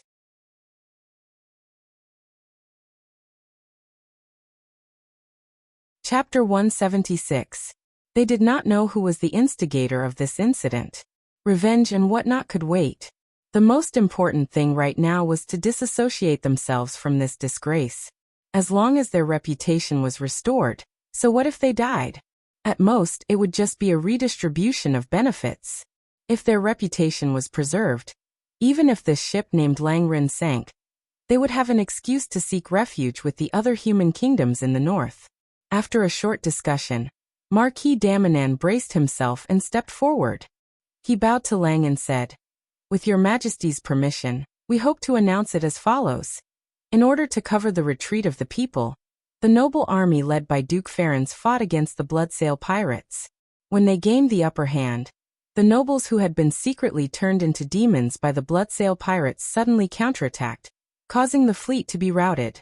At this time, the brave and fearless Sir Lothar and Earl Marcus arrived on their griffins and cooperated with the remnants of the noble army to annihilate the Bloodsail pirates' Zank fleet. Despicable. Shameless. At this moment, Lothar's lungs almost exploded with anger.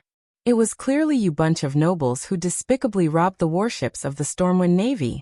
In order to transport away the dirty wealth filled with the blood and sweat of the people, you unexpectedly suffered a double attack from the pirates and demons. Yet you still don't forget to flatter yourself at this time? If not for Lang holding him down, he would have already exploded after receiving the news of the warships being seized. Lothar's hair stood on end. In the next second, he was about to draw his sword and behead this shameless man. But at this moment, Count Daminan was suddenly slapped away. Count Carton's slightly plump body spun twice in the air before falling heavily to the ground. Shameless. A thunderous roar shook the meeting hall. Not many nobles looked at the person who slapped Count Carton. He was the new generation of nobles, the most popular figure recently, Duke Marcus. This young duke had a more unyielding aura than Lothar. Duke abruptly waved his hand and pointed at Count Daminan, whose face was now swollen. While commoners risked their lives to dig moats for a ship ticket, you nobles throw a naval officer in a stormwind into the dock for a chest of gold. Lothar's eyebrows twitched. When 100,000 soldiers and civilians were prepared to risk their lives to bring up the rear, you guys didn't even care about how the warship would return just to take away a beautiful maid. You guys even blew away the last soldier on the warship. Lord Bolvar Fordragon's cheeks burned. It's obviously the filthy wealth of you nobles that attracted the pirates. It's obvious that it's your own corrupted souls that brought about the depravity of the pirates. You have the cheek to claim that you're the heroes who fought against the pirates, claiming to be the descendant of Thoradin the Great. Bah. I don't want to be associated with you. With that, Duque spat on Marquis Daminan's face. It was obvious that Duque had insulted Marquis Daminan. Every noble present felt that the spit was on their faces. King Lang trembled from head to toe. At this moment, Len was frantically asking himself, am I wrong? Was I really wrong? Ever since he was young, the former king had always taught him that the nobles were the cornerstone of the kingdom, and that no one should touch the nobles.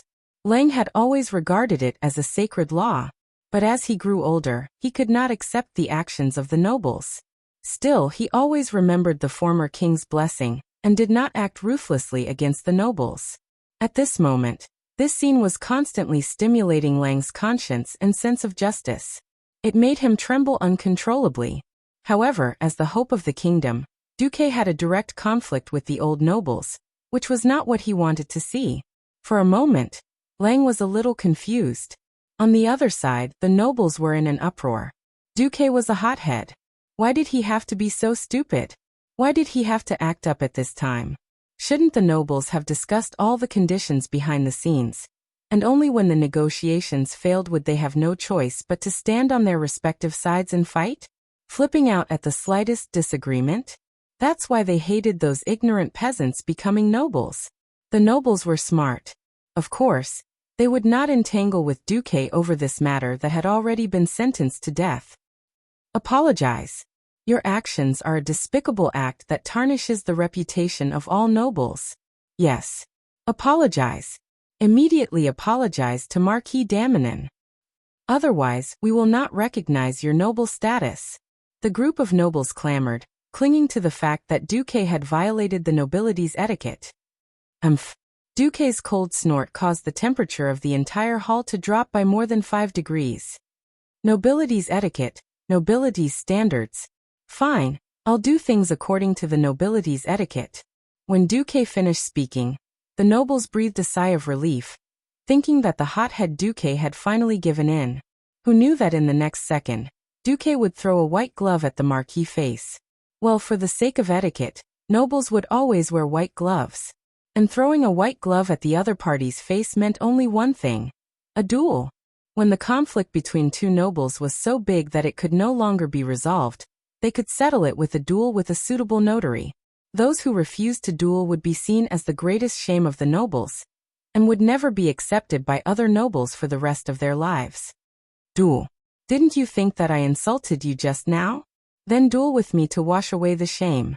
Duque's cold and arrogant eyes stared at Marquis d'Aminon. That pair of indifferent eyes made the Marquis' hair stand on end. The next moment, Duque pulled out his sword. Duque didn't have a sword of his own. It was a flame sword that he made out of fire elemental essence, and copied the standard longsword of Stormwind City out of thin air. The fire elemental essence that was supposed to be extremely hot and violent was actually as tame as a puppy in Duque's hand. If it wasn't for the blazing aura that could be clearly felt from a dozen meters away, no one would think that it was a real flame. No, I didn't think you insulted me. Marquis d'Aminon actually shrank back. Well, after killing so many people, one would naturally have a murderous aura. Duque made his debut, killing gnolls, murlocs, nagas, and orcs. Recently, he had even roasted thousands of orcs into charcoal. His murderous aura was definitely at the level of overflowing dominance. On top of that, he had killed Sargeras. According to the legends, he had killed 7 people in the tribal camp. Even if Duke was known to be a swordsman, which nobleman would be stupid enough to fight him? You don't dare? You have no balls. Duque spat out his poisonous tongue mercilessly. Just when everyone thought that was the end, more than 3 dozen white gloves suddenly flew through the air and landed on the oily and disgusting faces of the nobles who had been heckling just now.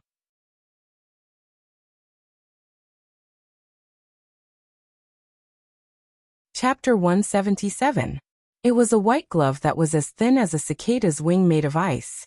Although it was made of ice elements, it was indeed in the shape of a white glove. Then what did Duque mean? Whoever is not convinced can come and fight me. Who else?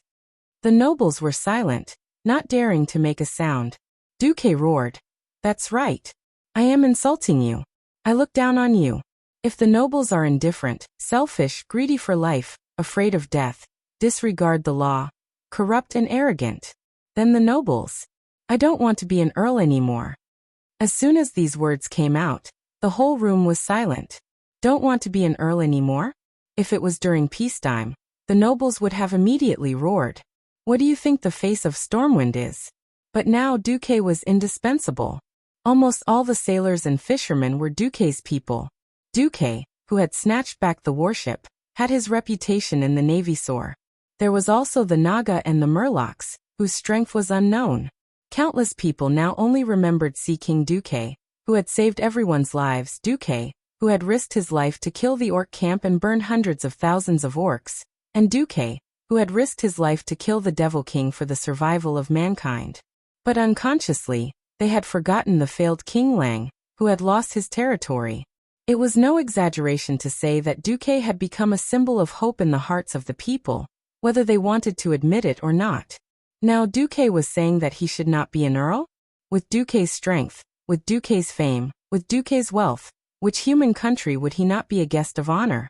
Without Duque, the entire line of defense of Stormwind City might collapse in 3 days, and then hundreds of thousands of soldiers and civilians would be wiped out by the orcs. To some extent, it should be Stormwind that had fallen into poverty that could not contain a great god like Duque. Yes. Now it was Duque who was forcing her to abdicate. Lang stood up abruptly and looked at Duque in disbelief. He had never thought that things would develop to this point.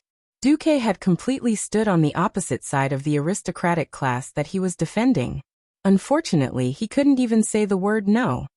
Duque abruptly turned around, his eyes shining as he stared at King Lang. Yes, I'm forcing her to abdicate.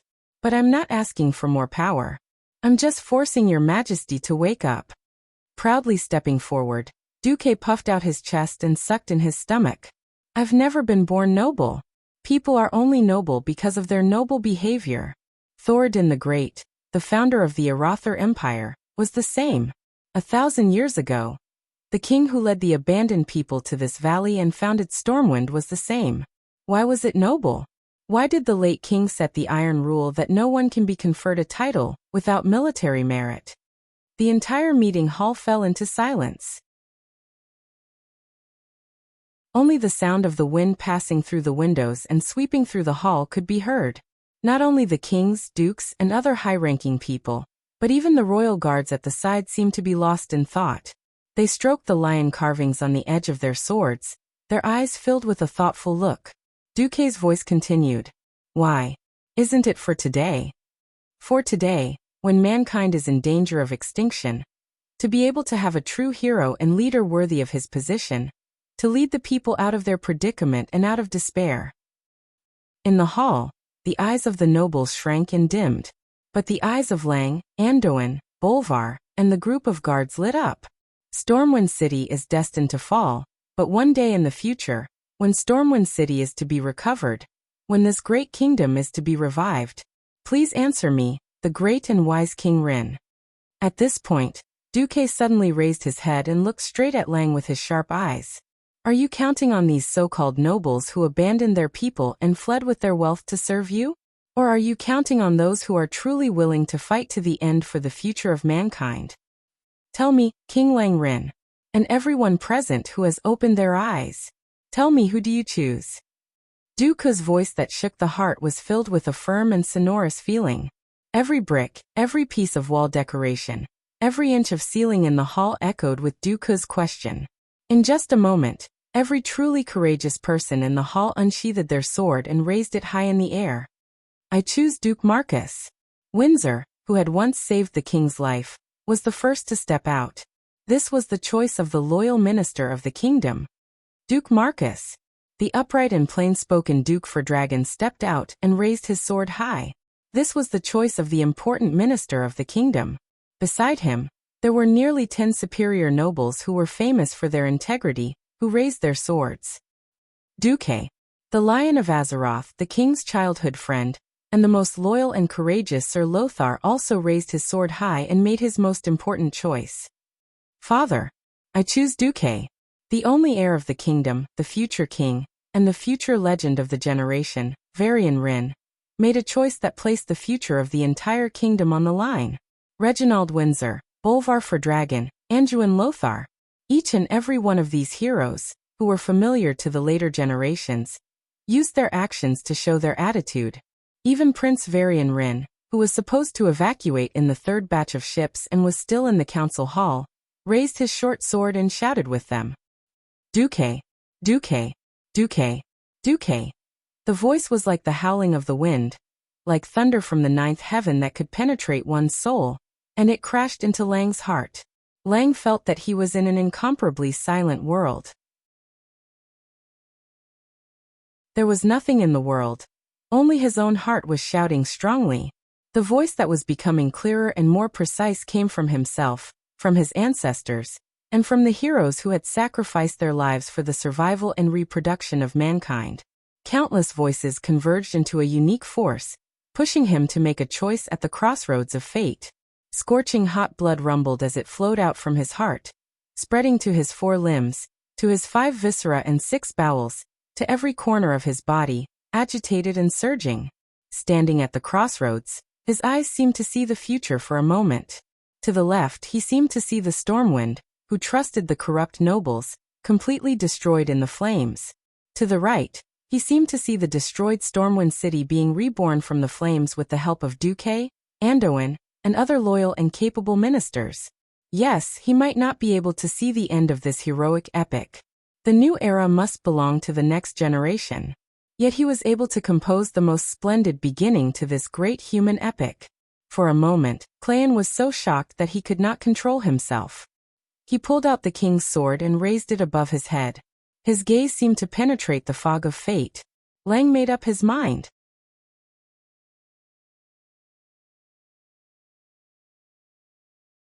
Chapter 178.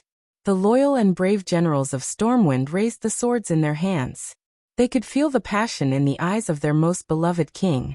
Unknowingly, their breathing and their hearts had synchronized with the king's.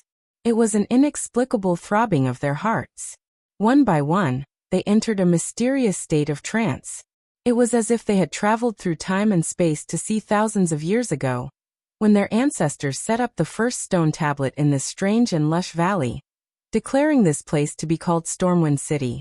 They seemed to see their ancestors cutting through thorns and thorns, seeing colorful insects fleeing from the grass under their feet, and seeing this land become a paradise for humans. They also seemed to see King Lang, who had inherited the will of their ancestors, about to make a great decision that would change the fate of the entire kingdom. The usually noisy assembly hall was filled with a sacred air that was both familiar and strange at the same time. It was as if they were having a mass in the Storm Cathedral, listening to the Archbishop's sermon, and feeling the gaze of the statues on the two sides. The eyes of these great pioneers crossed thousands of years, and quietly watched Lang. Quiet and holy. The loyal and brave generals chose to listen, and the despicable nobles gave up on defending. The meeting hall fell into absolute silence. It was as if the whole world had quieted down, just for that holy answer. Lang's eyes were wide open, and his blue pupils were filled with a sense of sublime clarity. The golden lion flag with a blue base and golden edges, which had been passed down in Stormwind for thousands of years, emitted a brilliant light behind him. His voice was clear and magnetic, full of penetrating power, and had an irresistible majesty. I, King Langren of Stormwind, hereby declare that 20 noble families, led by Duke Farron's family, have abused their power, degenerated and colluded with demons. They have disgraced the name of the nobility, and are a disgrace to the nobility. The names of all 20 noble families are hereby abolished, and all remaining noble children are demoted to commoners. The property they have obtained through improper means will be distributed to the meritorious soldiers in this battle, as an example. I declare that anyone, regardless of origin, age, race, or gender, as long as they have made great contributions to Stormwind, will be conferred the title of nobility. Similarly, anyone who dares to betray the interests of humans will be punished by Stormwind, no matter how far away they are.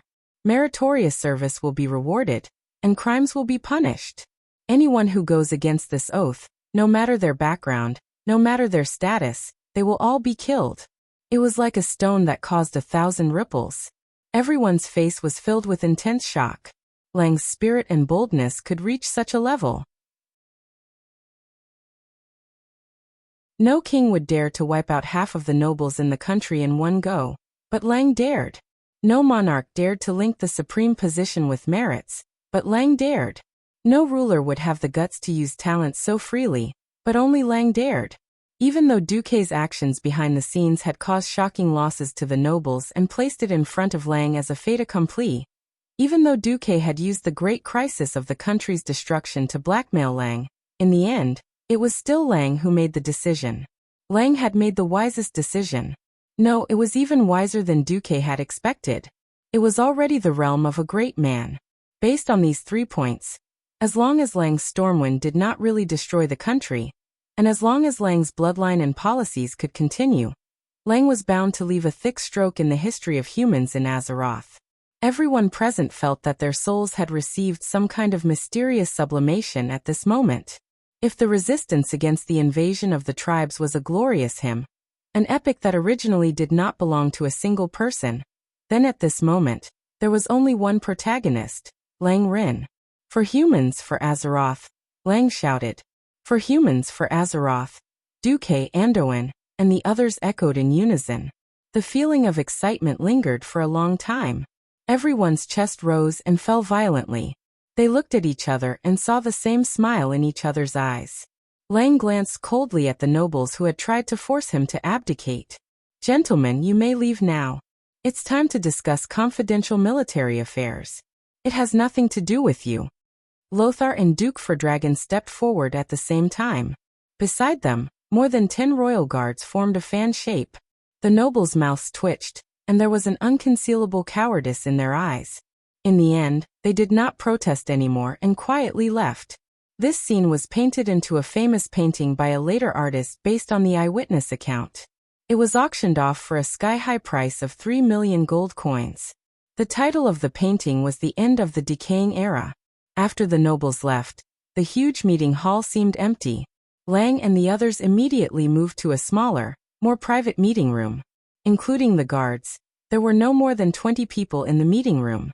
But these people would become the core of Stormwind's power. If Stormwind could survive, Bolvar was firmly on Duque's side just now. But now he was the first to speak up. Oh, my wise Archmage Marcus. Although I would like to thank you for helping the kingdom get more than 50 ships, I can't take it anymore. When you and Lothar went to save the situation, the kingdom lost nearly 3,000 elite soldiers. This is the total number of those who died and could no longer go to the battlefield. Everyone's expression was ugly. The kingdom could not afford to train a qualified soldier for too long. Even if the speed of transporting soldiers and civilians could be nearly doubled, the current situation was that the line of defense would likely collapse before that. Lang walked over and put one hand on Duque's shoulder. He looked calmly into Duque's eyes. I will not regard what you just did as an attempt to force me to abdicate.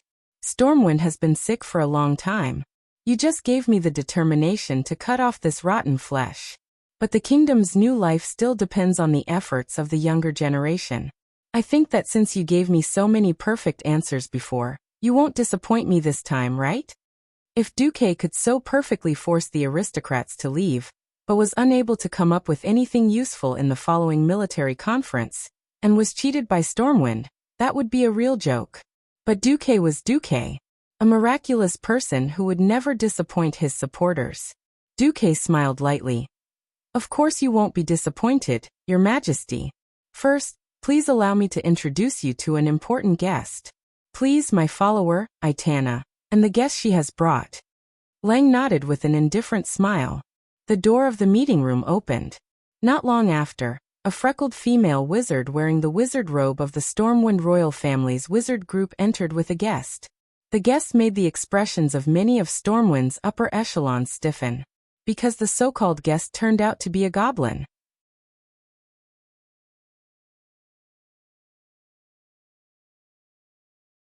Chapter 179. Aitana, who hadn't seen her for a long time, now looked a little more capable and experienced than Duque. Even though Aitana was a person who had seen the world, she still felt a little uneasy when she suddenly saw so many big shots of the kingdom. After a few deep breaths, she quickly adjusted her emotions. Your Majesty, Your Excellencies, I am the follower of Earl Duke Marcus Aitana. Please allow me to introduce you to Mr. Sherlock Belfort, a goblin engineering merchant from Stranglethorn Valley.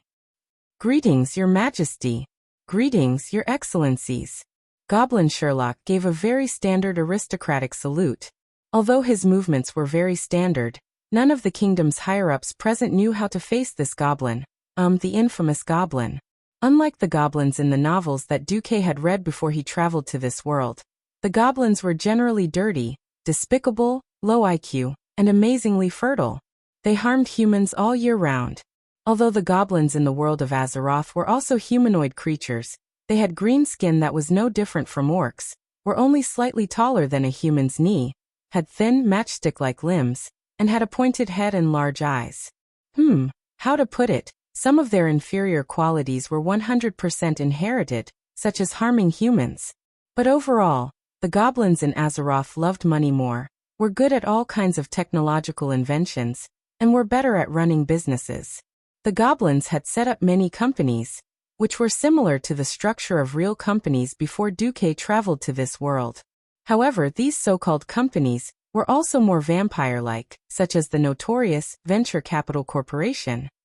There was a joke that reflected the reputation of the Venture Capital Corporation. Very well. Venture Capital Corporation. Please join our company. We have investments in every corner of Azeroth. Someone asked, what's the price? Venture Capital Corporation. We're being hunted by the whole world. Someone was speechless. The actions of the goblins were absolutely abhorrent. Many night elf druids would kill every goblin they saw, and if they saw two, they would kill a pair. Seeing the appearance of the goblin merchant, Noxus pointed at his head at Duque without hesitation. What he meant was, are you crazy? They were actually working with gnomes. Duque smiled and ignored Lothar.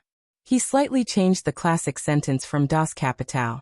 Hey Sherlock, I heard that if there is a 20% profit, the goblins will be restless. If there is a 50% profit, the goblins will dare to take risks. If there is a 100% profit, the goblins will dare to take the risk of being hanged. If there is a 300% profit, the goblins will dare to trample all the laws of the world. Is it true? Sherlock screamed on the spot. Slander. This was definitely slander. We goblins are of noble character. If I give you 5 million Arathor gold coins to bring me the head of the tribal chief, Blackhand, Sherlock's small eyes. Perhaps it was an illusion, but they seemed to have widened 10 times in an instant. Sherlock's sharp voice instantly became incomparably sonorous and powerful, resolute and courageous. I promised to complete the mission. At the same time, Sherlock had already rushed over recklessly and extended his right hand towards Duke, rubbing his index and middle fingers continuously. But in the next second, he felt that Duque was joking. Your Excellency Sea King, are you playing with me?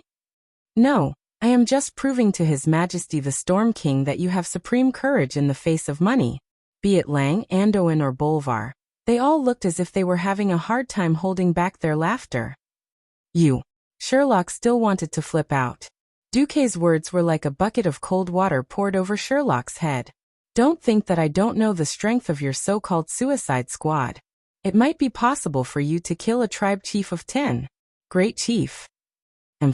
If I really gave you the deposit, you would only send a group of cannon fodder to their deaths, and then run away with the highest deposit you could negotiate. Sherlock Belfort's face instantly turned pale. He lowered his head and stammered. That we goblins are all trustworthy and pay attention to business ethics. How could we do such a thing? As he spoke, under Duque's piercing gaze, Sherlock became more and more guilty. His pair of feet also moved towards the door unintentionally. Unexpectedly, a pair of magician's hands suddenly appeared behind Sherlock and lifted the short goblin in front of Duque. I have no interest in the integrity of the goblins. The only thing I am interested in is the engineering craftsman in your venture capital company. What do you want? Has Aitana already told you? His life was in the hands of this terrifying mage. Sherlock nodded his head like an aggrieved little wife. All right, I want to add another condition. If everything explodes before it is thrown out, for every person on our side that is injured, I will take the life of one of your relatives, cut off one of your fingers, and deduct 100 boxes of money. Sherlock was indifferent to the previous conditions, but when Duque said 100 boxes of money for each damaged item, Sherlock suddenly made a sound like a pig being slaughtered. He bared his fangs and brandished his claws. No goblin will accept such conditions. Don't even think about it. Duque sneered. What if I increase the price by 10% and double the quantity? 30% higher. Sherlock immediately calmed down and bargained. Nonsense. Don't think I don't know what you are using. Heavy rock could be made into high explosive, iron ingot and silk, and it would be done. With such low cost, you still dare to charge me 30% more? Sherlock was dumbfounded. Then, like a general who had defeated a general, he finally nodded. All right, 10% is 10%. Just like that, Sherlock retreated with a long face. Aitana was very nervous and hurriedly apologized. I didn't know, so those things will explode before they are thrown out. Duque rubbed his eyebrows and thought to himself, damn, gnome projects are unreliable, goblin projects always explode. If I didn't know this, then I would have played the game for nothing. You are not in this field. It's not your fault. After comforting Aitana, Duque finally turned to Lang and explained, didn't you say that you have tens of thousands of militia, but don't know how to use them? Weren't you guys worried about how to evacuate the last of the defenders? I will solve all of these problems for you all at once. Not only that, I will also throw in a big gift package. What gift package? Lang was stunned. Duque smiled mysteriously. Now that I say it, it no longer feels mysterious.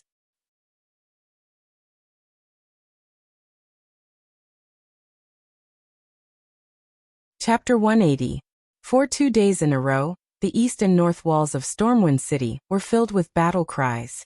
However, the people of Stormwind City would never have thought that such a terrifying battle was just a test by the Horde. Yes, it was just a test. During the absence of Duque and Anduin, Bolvar was in charge of the defense. Although he knew that the Horde was only sending 1,000 men to test the waters, Bolvar had no choice but to fight with all his might. The difference in individual combat power was too obvious. There were moats, barbicans, city walls, arrow towers, and towering hills equipped with catapults. Such a three-dimensional defense system only erased the disadvantage that the humans had when fighting against the orcs in terms of individual combat. The battle was still very difficult. The 5-meter-tall city wall was still too short for the tall and strong orcs, who were unreasonably strong in terms of athleticism. Orgrim gave Blackhand a stupid idea, but it was also the most effective one, and Bolvar was at a loss of what to do. Fill the river when you see it, build a slope when you see it. The laborers, who were dwarves in the eyes of the Horde's warriors, but were burly men in the eyes of the humans, carried a large number of rocks and braved the deadly rain of javelins to throw the rocks into the moat before turning around and leaving. The process repeated. In just a day, the urgently dug moat was filled by nearly a third. Duke Bolvar could not imagine how tragic the situation would be when the humans were forced to fight the green-skinned monsters in the streets after losing their geographical advantage. However, the greatest consolation was that Duke had returned. His strength alone was no less than half of the Wang family's team of mages. "Are you really not going to do anything?" Lothar asked Duke on top of an arrow tower. Duke shook his head. "No, I'm not going to do anything. It's more beneficial for us." "Why?" "Because our main opponent is the chief's deputy, Orgrim, and not the chief himself." Lothar recalled what Garona had said about the tribe's chiefs and well-known figures. He remembered that Orgrim's specialty was that he was wiser than the other orcs. "He's a powerful orc warrior with the wisdom of a shaman's." Duke explained, "If I had saved the situation from the start, Orgrim would have been able to identify the weak points in the defensive line faster. In fact, my final defensive position is not here. I still have to rely on you guys here." Lothar played with an iron lump with a wooden handle as long as a palm. "Are you sure we can survive 10 days with this?" Duke said with absolute certainty. "I'm sure." "All right, I believe you." The rumbling of tribal war drums could be heard from every corner of the city wall near the mountain range. Old Dem was a porter. Apart from his strength, he was practically useless. He, who was over 50 years old, joined the militia purely because he could get a ticket for his daughter and grandson to leave early by signing up for the militia. Lying on the battlements, Old Dem held onto a helmet that had been dented in when he descended. It was obviously taken from a dead man's head as he trembled and looked out. Beside him was his old neighbor Kana, a baker. Kana kept asking in a low voice, "Have we arrived? Have we arrived?" Old Dem looked at the countless green figures surging towards the moat, and felt his hair stand on end. "Wait, not yet." Old Dem's heart trembled as he looked at the green giants with their terrifying faces and long fangs. At this moment, the kingdom's soldier in charge of supervising them suddenly shouted, "Militia, get ready to throw that thing. Before I give the order, no one is allowed to open the lid below." Old Dem and Kana immediately tensed up. "Calm down. Calm down. Wait for those damned greenskins to attack." Looking at the signal flag on the command tower behind the city wall, all the kingdom's soldiers shouted in unison the moment the red flag dropped. "Now." Old Dem followed the steps he had taught them, and hurriedly opened the lid below the wooden handle. Instantly, the sound of fireworks being ignited could be heard from the other end of the wooden handle. Most of the people were illiterate and did not know that it was a fuse. "Throw it with all your might." The commanding officer's roar caused many people to slip up and directly throw these strange wooden sticks with metal pimples into the moat below. There were even some idiots who accidentally dropped the sticks onto the battlements. It was the soldiers in charge of supervising who were quick to react. They swung their arms around and threw the thing across the moat. A few seconds later, when the terrifying green dwarfs carried the boulders and ran to the moat, the green dwarfs suddenly stopped. Boom, boom, boom. A series of continuous explosions stunned both the humans and the orcs. This day, this moment, was worthy of commemoration, because this was the first time in the history of Azeroth that a firearm had appeared. Even though it was an unreliable product of the goblins, the metal grenade was a killing weapon that would forever be recorded in the history books. What dodging? What resisting? In the face of such firearms that transcended the era, the struggles of the orc laborers seemed to be meaningless. The orc laborers could only watch as their comrades were annihilated. Boom, boom, boom. The continuous explosions were accompanied by the flying pieces of metal due to the explosion of the high explosives. This caused a terrible second injury to the laborers, who were only wearing thin clothes and even had their upper bodies bare. Even 10 meters away from the explosion range, some of the laborers had their throats slit by the flying shrapnel and died.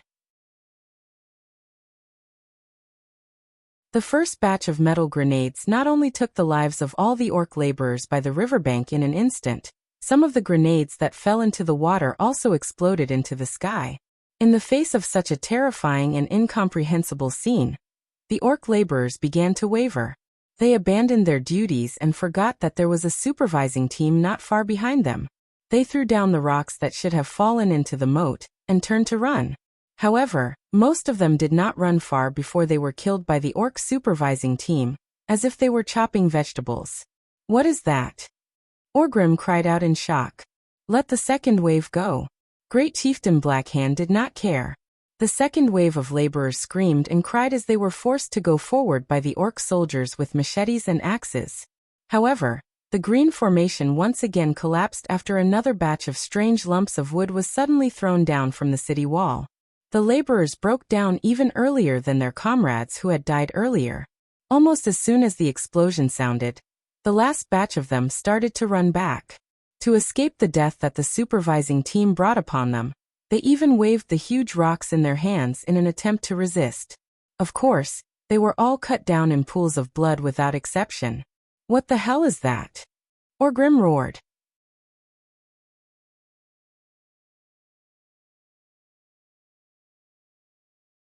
Chapter 181. Through the telescope, Anduin and Bolvar watched the bloody battlefield, and the orc laborers who were groaning in pain as they walked towards death. Anduin and Bolvar were tongue-tied. "Damn it, these goblins make me feel like I've wasted my years of martial arts training." Anduin smacked his lips, seemingly thirsty from unease. "Duque, how many did you order? I want more of these iron skin grenades." Bolvar was even more direct, demanding an exorbitant price right from the start. Duque smiled without saying a word as he handed over a price list. It listed the price of the iron skin grenades, as well as the skyrocketing price that would require the goblins to work overtime to produce them.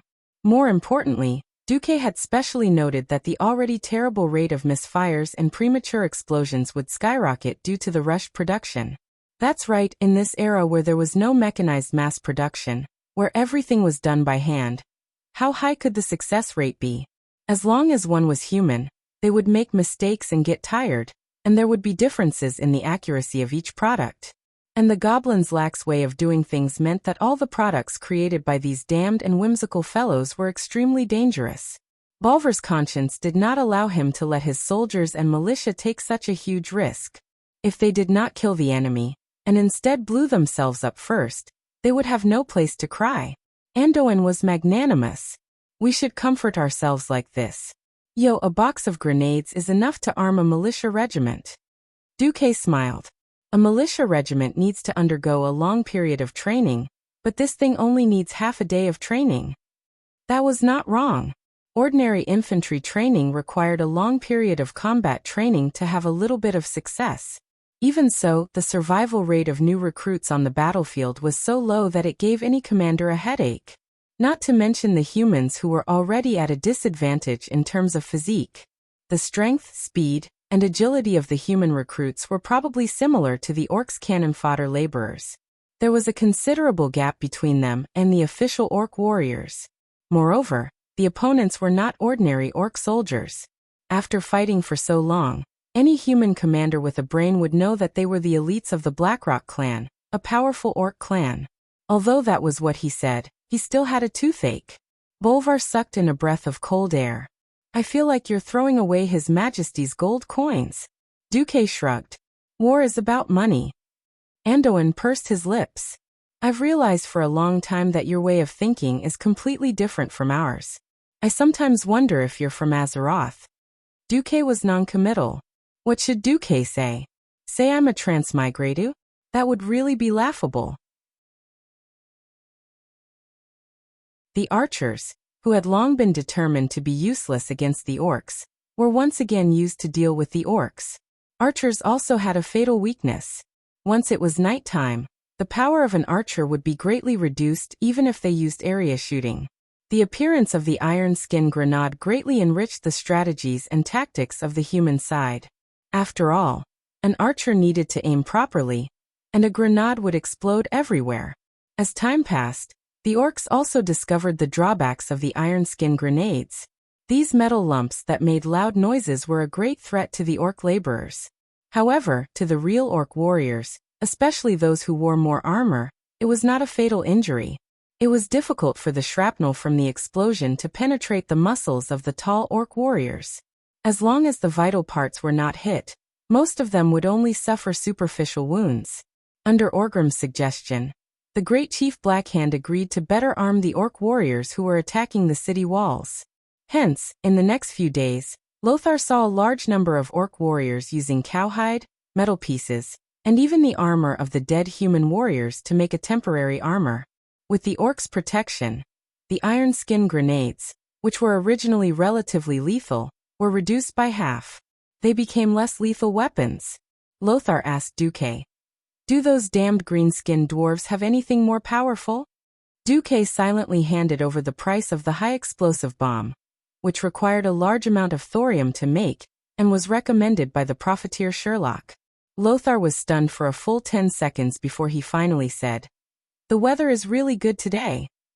Yes, it was noon with high temperatures and a thunderstorm. Thanks to the thunderstorm, all the bowstrings almost lost their elasticity due to the humidity. It was a tug-of-war. However, the scales of victory still tipped towards the orcs. When Orgrim had the orc laborers wear thick leather armor or thick clothes, he restarted the plan to fill up the river. Lothar knew that something was wrong. On the 7th day after Duque dealt with the Bloodsail pirates, the moat on the east and north sides of Stormwind City was filled up. The orcs even used orc laborers to pile up stones at many places to build a slope that led to the barbican in front of the city walls. The barbican had almost become a pit. Orgrim seemed to be addicted to piling up stones, and he still had a large number of orc laborers rush over. Throw the stones into the human's pit. If you can't make it back, then throw yourself in as well. That was Orgrim's order to these weak, orc laborers. The direct result was that the number of orc laborers dying increased exponentially. At first, the humans tried to clean up some orc work, or dig up some slopes every night. However, Stormwind City was severely lacking in heavy machinery.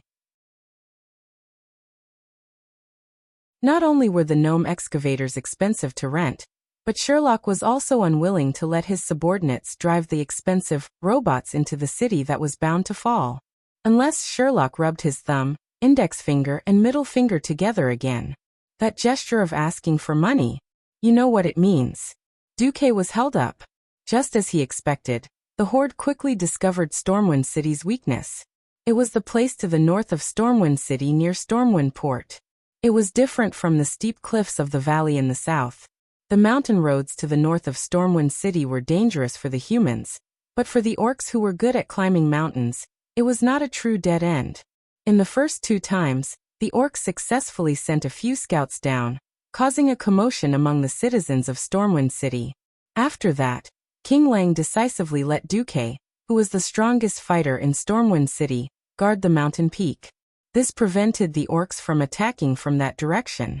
The sea, on the other hand, was the domain of Kurtalas and Duke. Even though they could transport more than 10,000 people per day, the situation was still going downhill. After the citizens of Stormwind City held on for more than 20 days, the biggest problem for Lang and the citizens to cover the retreat had arrived. Excluding the evacuees and those who died in battle, there were still 10,000 people left. Lothar estimated that none of the 50,000 people would be able to escape. The orcs were already in a frenzy.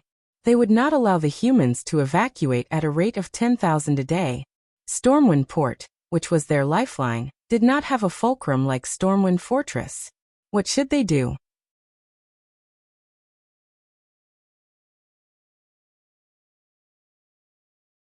Chapter 182. Over at the Horde, Orgrim was troubled as well. This was because there was a very important fulcrum in his plan that he couldn't break through. The fulcrum was Garona, the female beastman that Orgrim had caught by accident, but she had a tough backbone that exceeded Orgrim's expectations. Perhaps it had something to do with Garona growing up as a slave. She had an unimaginable tolerance for pain. The straightforward beastmen weren't good at interrogations. All of their interrogation methods were based on simple violence. If Orgrim wanted to get the location of the Shadow Council from Garona, he couldn't really kill her. However, not only was Garona incredibly tough, there seemed to be a mysterious power in her body. Once Garona's life force dropped to a certain level, it would wrap around her. Even if Orgrim used Hammer of Destruction, he wouldn't be able to break it. When this mysterious orc's life force and stamina recovered to a certain level, Garona would become a captive once again. This situation was driving Orgrim crazy. He was indeed eager to overthrow the great chief Blackhand, to avenge his good friend Durotan. Unfortunately, he couldn't capture the Shadow Council or Gul'dan. Even if he defeated the great chief, he would still be treating the symptoms and not the root of the problem. Once the Shadow Council, hiding in the dark like a poisonous snake, made Orgrim's scalp go numb just thinking about the mysterious power of the curse. The only good news was that the humans couldn't hold on much longer. Every day, there would be more than one wave of orc assault teams breaking through the moat. Some even crossed the Barbican and rushed up to the city walls. If it wasn't for the elite emergency forces that the humans had formed to suppress the orcs' attacks with a large number of long-range attacks, the city walls might have already been breached. Orgrim was still conflicted. Stormwind was the first large foreign kingdom they encountered after crossing the portal. Conquering its capital was definitely a great honor. If this honor was accomplished by the current Great Chief Blackhand, then even if Orgrim succeeded in the challenge, most of the orcs in the Horde would still remember the former Great Chief's good deeds. Even if he achieved even more glorious victories in the future, the simple-minded orcs would still think that he stole Blackhand's achievements and continued to follow Blackhand's path of victory. Just thinking about it made him feel like he was suffocating. As the great chieftain of the future generation, Orgrim's greatest strength aside from his insane combat ability was his intellect. He was one of the rare great chieftains among the orcs who had foresight and were so cold that they were almost utilitarian. When he didn't have absolute control over everything, he would choose to be patient. However, on the 25th day of the siege, Orgrim sensed that the humans' combat power had reached a critical point. You said that there are no more than 100,000 humans in Stormwind City? Orgrim had a complicated reaction to the scout's report. Yes, when the situation is calm, humans can evacuate about 10,000 people a day. However, there have been a few days of strong winds and heavy rain recently, and the retreat of the humans has almost come to a halt, the scout leader reported. Orgrim felt his heart ache. If the humans didn't have so many tricks up their sleeves and only relied on the low city wall, the tribe would be able to breach the city in 2 or 3 days. At that time, hundreds of thousands of soldiers and civilians were captured. Not less than 100,000. The tribe wouldn't have to sacrifice more than 20,000 warriors and 70,000 orc laborers during this period of time. Thinking about this, Orgrim felt his heart ache. At the beginning, the humans didn't have any power to fight back, but now they were able to attack and defend, causing the tribe's losses to increase. Even if the simple-minded people in the tribe still thought that the humans were useless, Orgrim knew that if they let too many of them escape, the tribe would have to pay twice the price to wipe them out in the future. He couldn't wait any longer. No matter what price he had to pay, he had to destroy the enemy's rear guard here. If he couldn't truly destroy the humans' combat power, this battle-hardened army would become the tribe's biggest problem in the future. Thinking about this, Orgrim no longer hesitated. He wanted to advise the great chieftain to launch an all-out attack tonight. At the same time in Stormwind Keep, the few people who held the fate of the Stormwind Kingdom gathered together. Duque said softly, "The Horde's all-out attack will be tonight." Lang suddenly looked up. "Are you sure?" "I purposely let the Horde scouts pass through my defensive line to observe Stormwind Port." Duque's casual words gave people a strong feeling that everything was under Duque's control. Noxus took a deep breath. Indeed, the last 50,000 is the minimum number of troops needed to defend Stormwind City. Bolvar suddenly looked up at Duque, then at Lang. "Your Majesty, I strongly suggest that you leave with the last batch of ships tonight. You are the king of Stormwind. Enough. Bolvar. King Lang suddenly stopped the loyal Bolvar. Since Duque said that he had the confidence to send us away at the last moment, what else do we have to hesitate about? I can't accept running away like a coward, abandoning my people who trusted me. If you want to ensure that Stormwind has a king, Varian has already been sent to South Shore. These words were already very harsh, almost cutting to the heart. Bolvar had almost risked his life to speak, but his words were undoubtedly a vote of no confidence in Duque, who had been so slow in coming up with the final plan. My apologies, Duque. Bolvar is just... Lang scolded Bolvar, and immediately turned to apologize to Duque. No, this is my problem. I should not have used His Majesty as a part of the plan. No, Duque, you did nothing wrong. You have already explained to me the risks that I will face. At worst, I, the king of bereavement, will die for my country. No, it should be said that if this plan does not succeed, I would rather die for my country.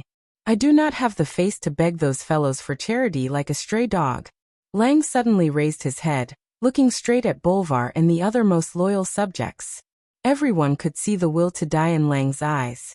Wise and great, these had always been Lang's labels. But very few people had thought that Lang would rather die than submit, and would be so unyielding.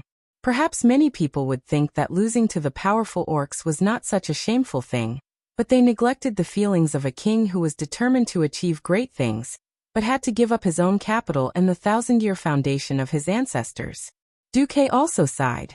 In history, because Lang was assassinated, Stormwind City fell, and Lothar was forced to go into exile with the little Prince Varian. Now history had changed slightly, but the strength of the orcs had not changed. If not for Duque, perhaps Lang would still have died here. All right, as long as you all listen to me, I can guarantee that even if Stormwind City falls, we will still be able to bite off a piece of meat from those green-skinned monsters.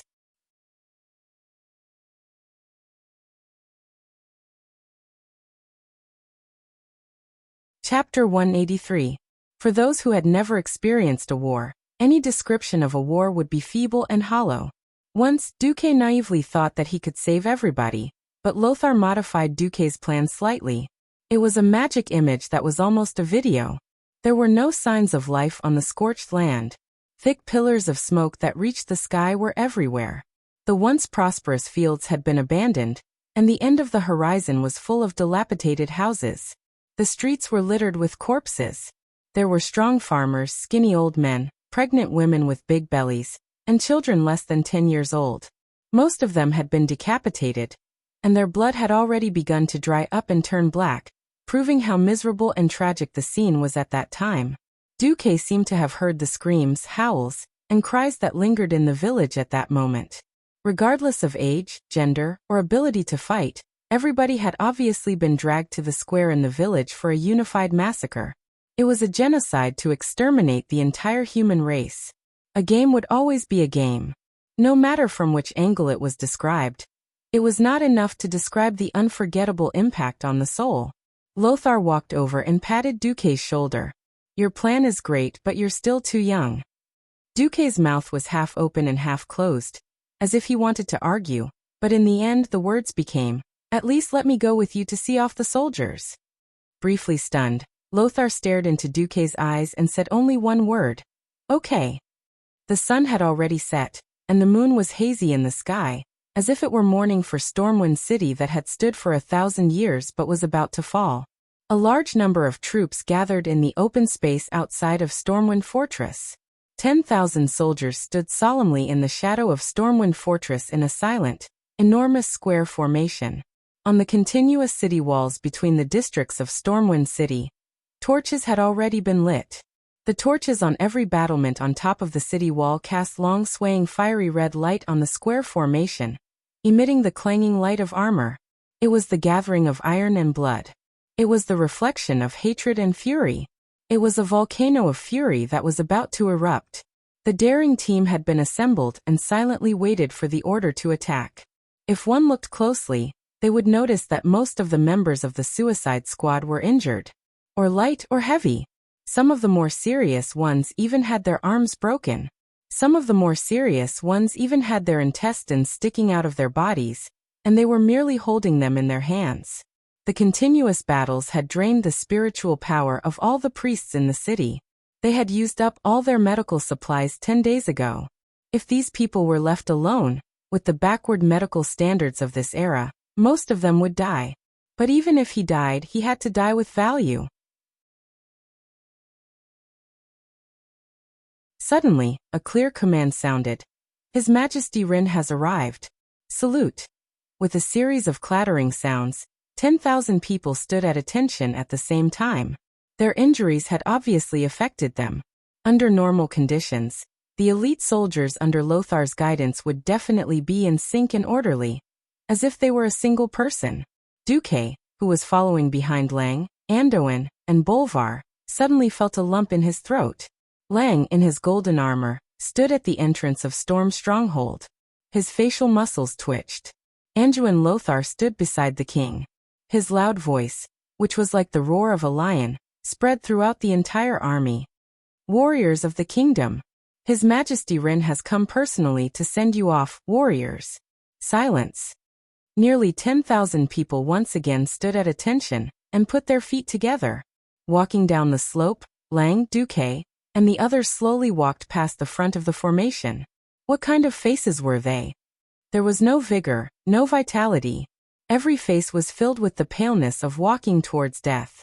However, every pair of eyes exuded an amazing desire to fight that was as blazing as fire, mixed with a murderous aura of hatred and anger.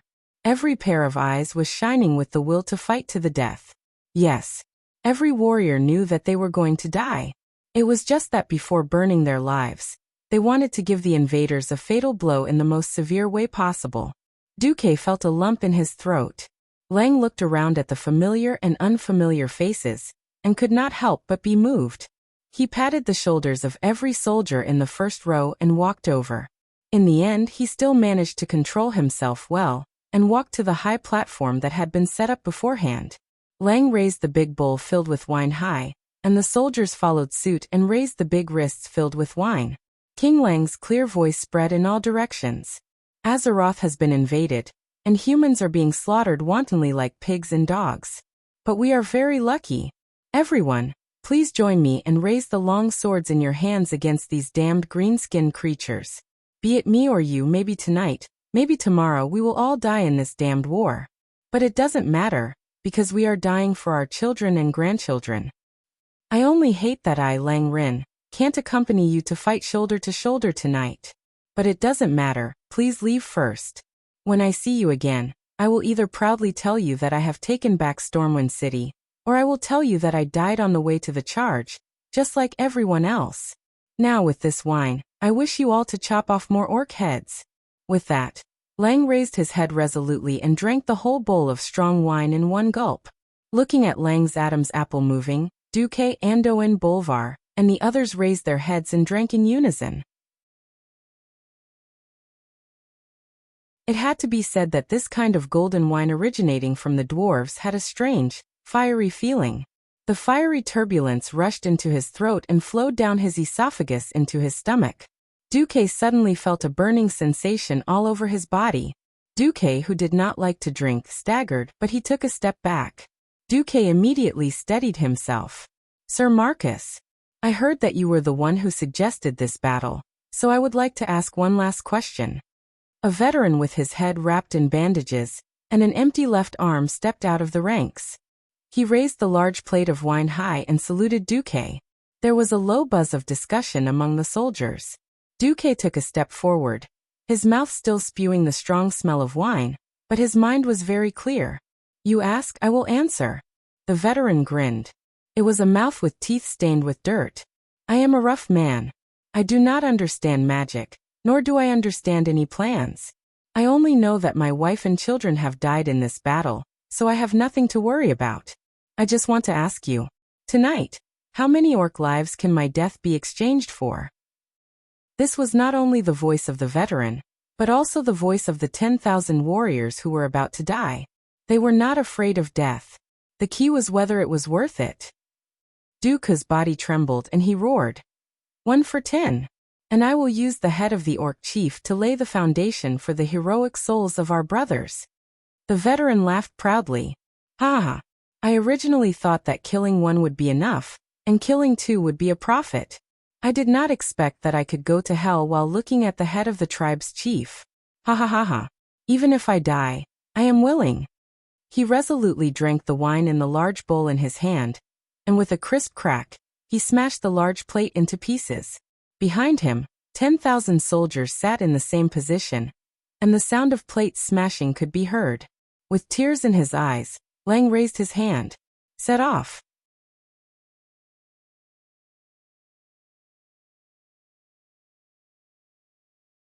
Chapter 184. The soldiers' heroic spirit soared to the sky, and they roared thunderously in a deep voice, "Your Majesty, we will make a move first." "Okay." Clayan raised his sword. The cold light of the sword reflected off Clayan's handsome, but no longer young face under the bright light of the fire. At this moment, Duke, who was standing beside Clayan, was affected by the tragic atmosphere. Unbeknownst to him, his tears had already begun to fall. An hour later, the Horde's war drums sounded as if they had agreed. The boorish roars of the Horde's warriors came from the east and north of the mountain range again. Dozens of goblins' special flares shot into the air and chased away the darkness.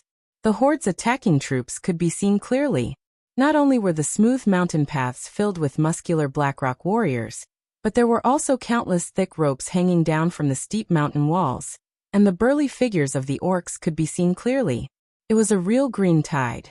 The sound of crossbows kept coming from the city wall, but the orcs continued to crazily rush towards the city wall despite the barrage of crossbow cannons and falling rocks.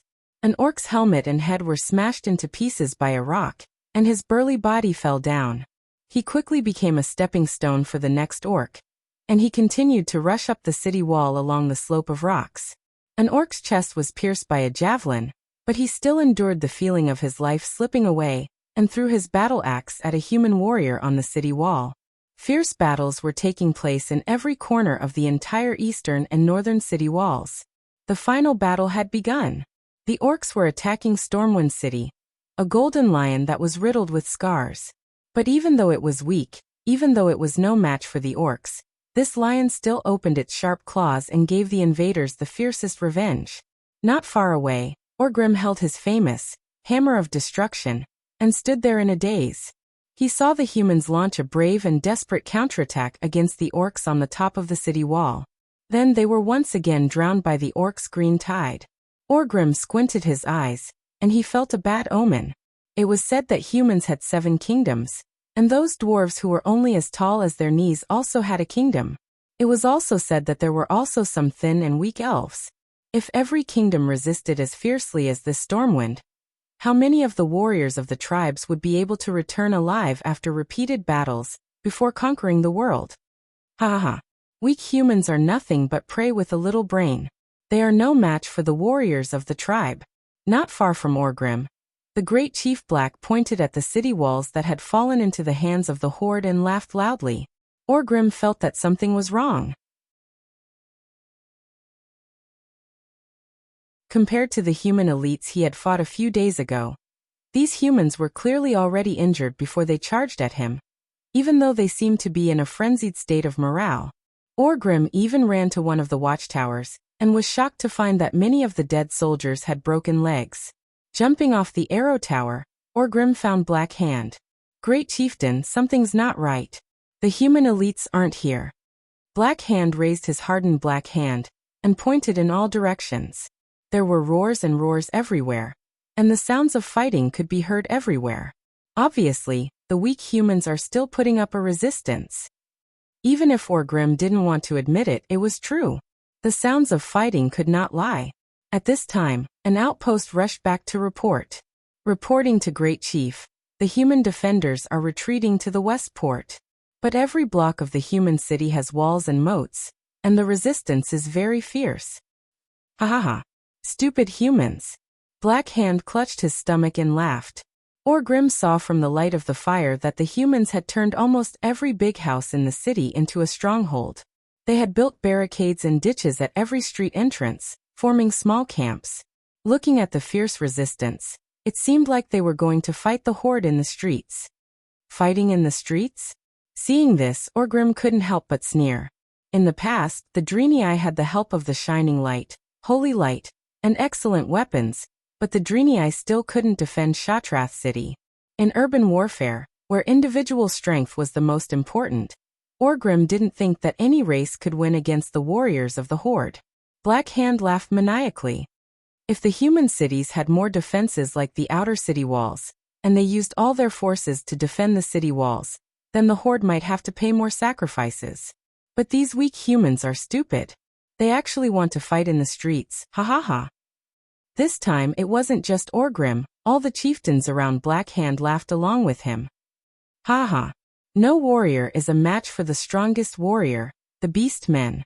In urban warfare, the javelins and cannons are useless. The humans are dead. Black Hand waved his huge hand. Attack through the night. We can't let a single human escape. You can take the other spoils of war, but leave the head of the opposing chief to me. Yes. The chiefs of the small and medium-sized tribes were overjoyed. They listened to the order and dispersed, returning to their own tribes to command their troops. Orgrim, lead your people to the port as soon as possible. I don't want to let another human escape. Understood.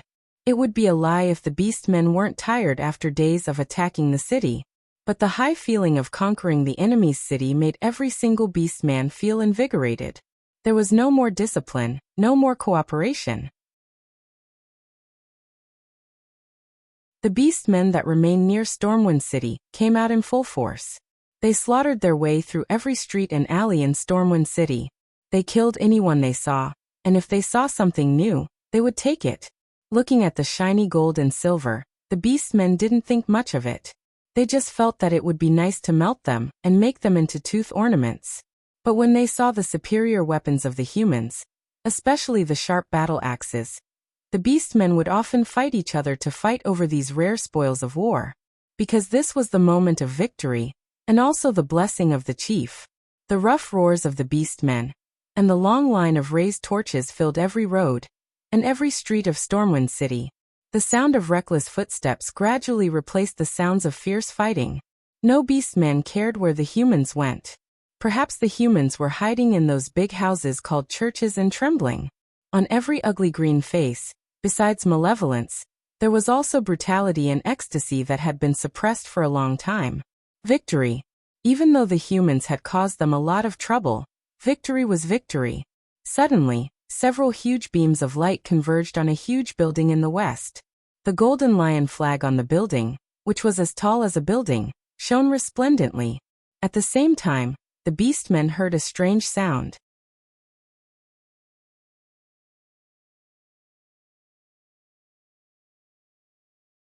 Chapter 185.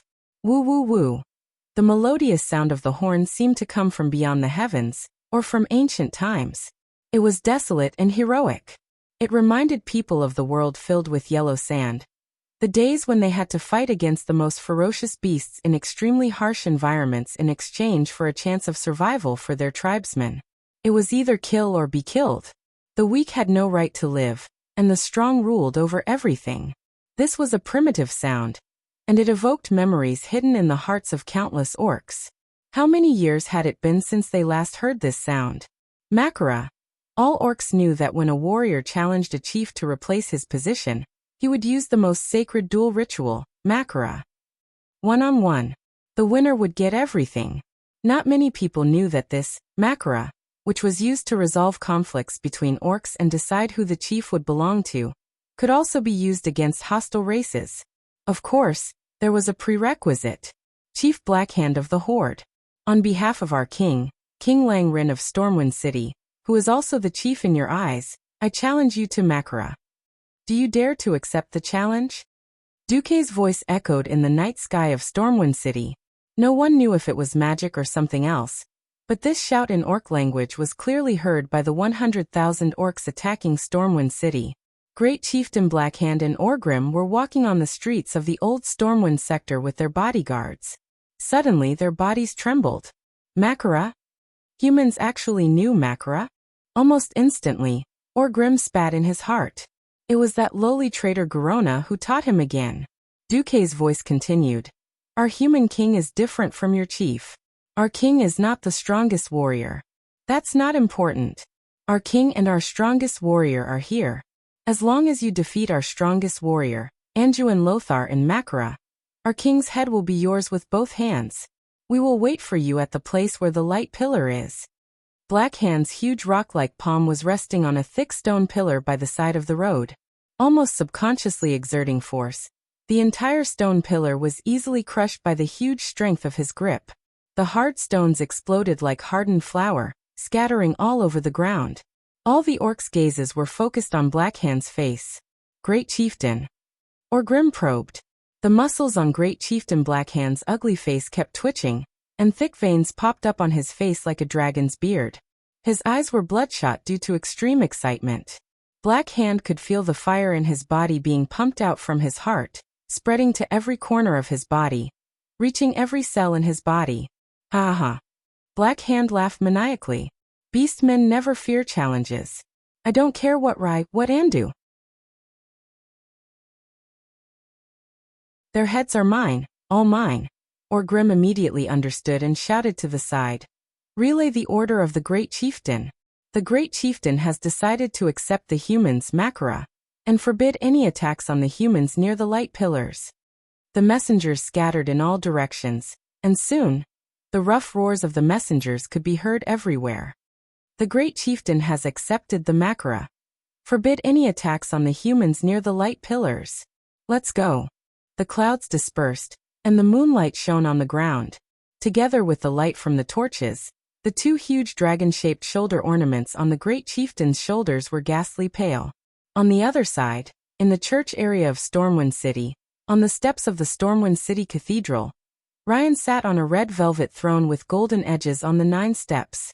Anduin and Bolvar stood beside Ryan, one on the left and the other on the right, in their military attire. Will the Great Chieftain of the Beastmen really come?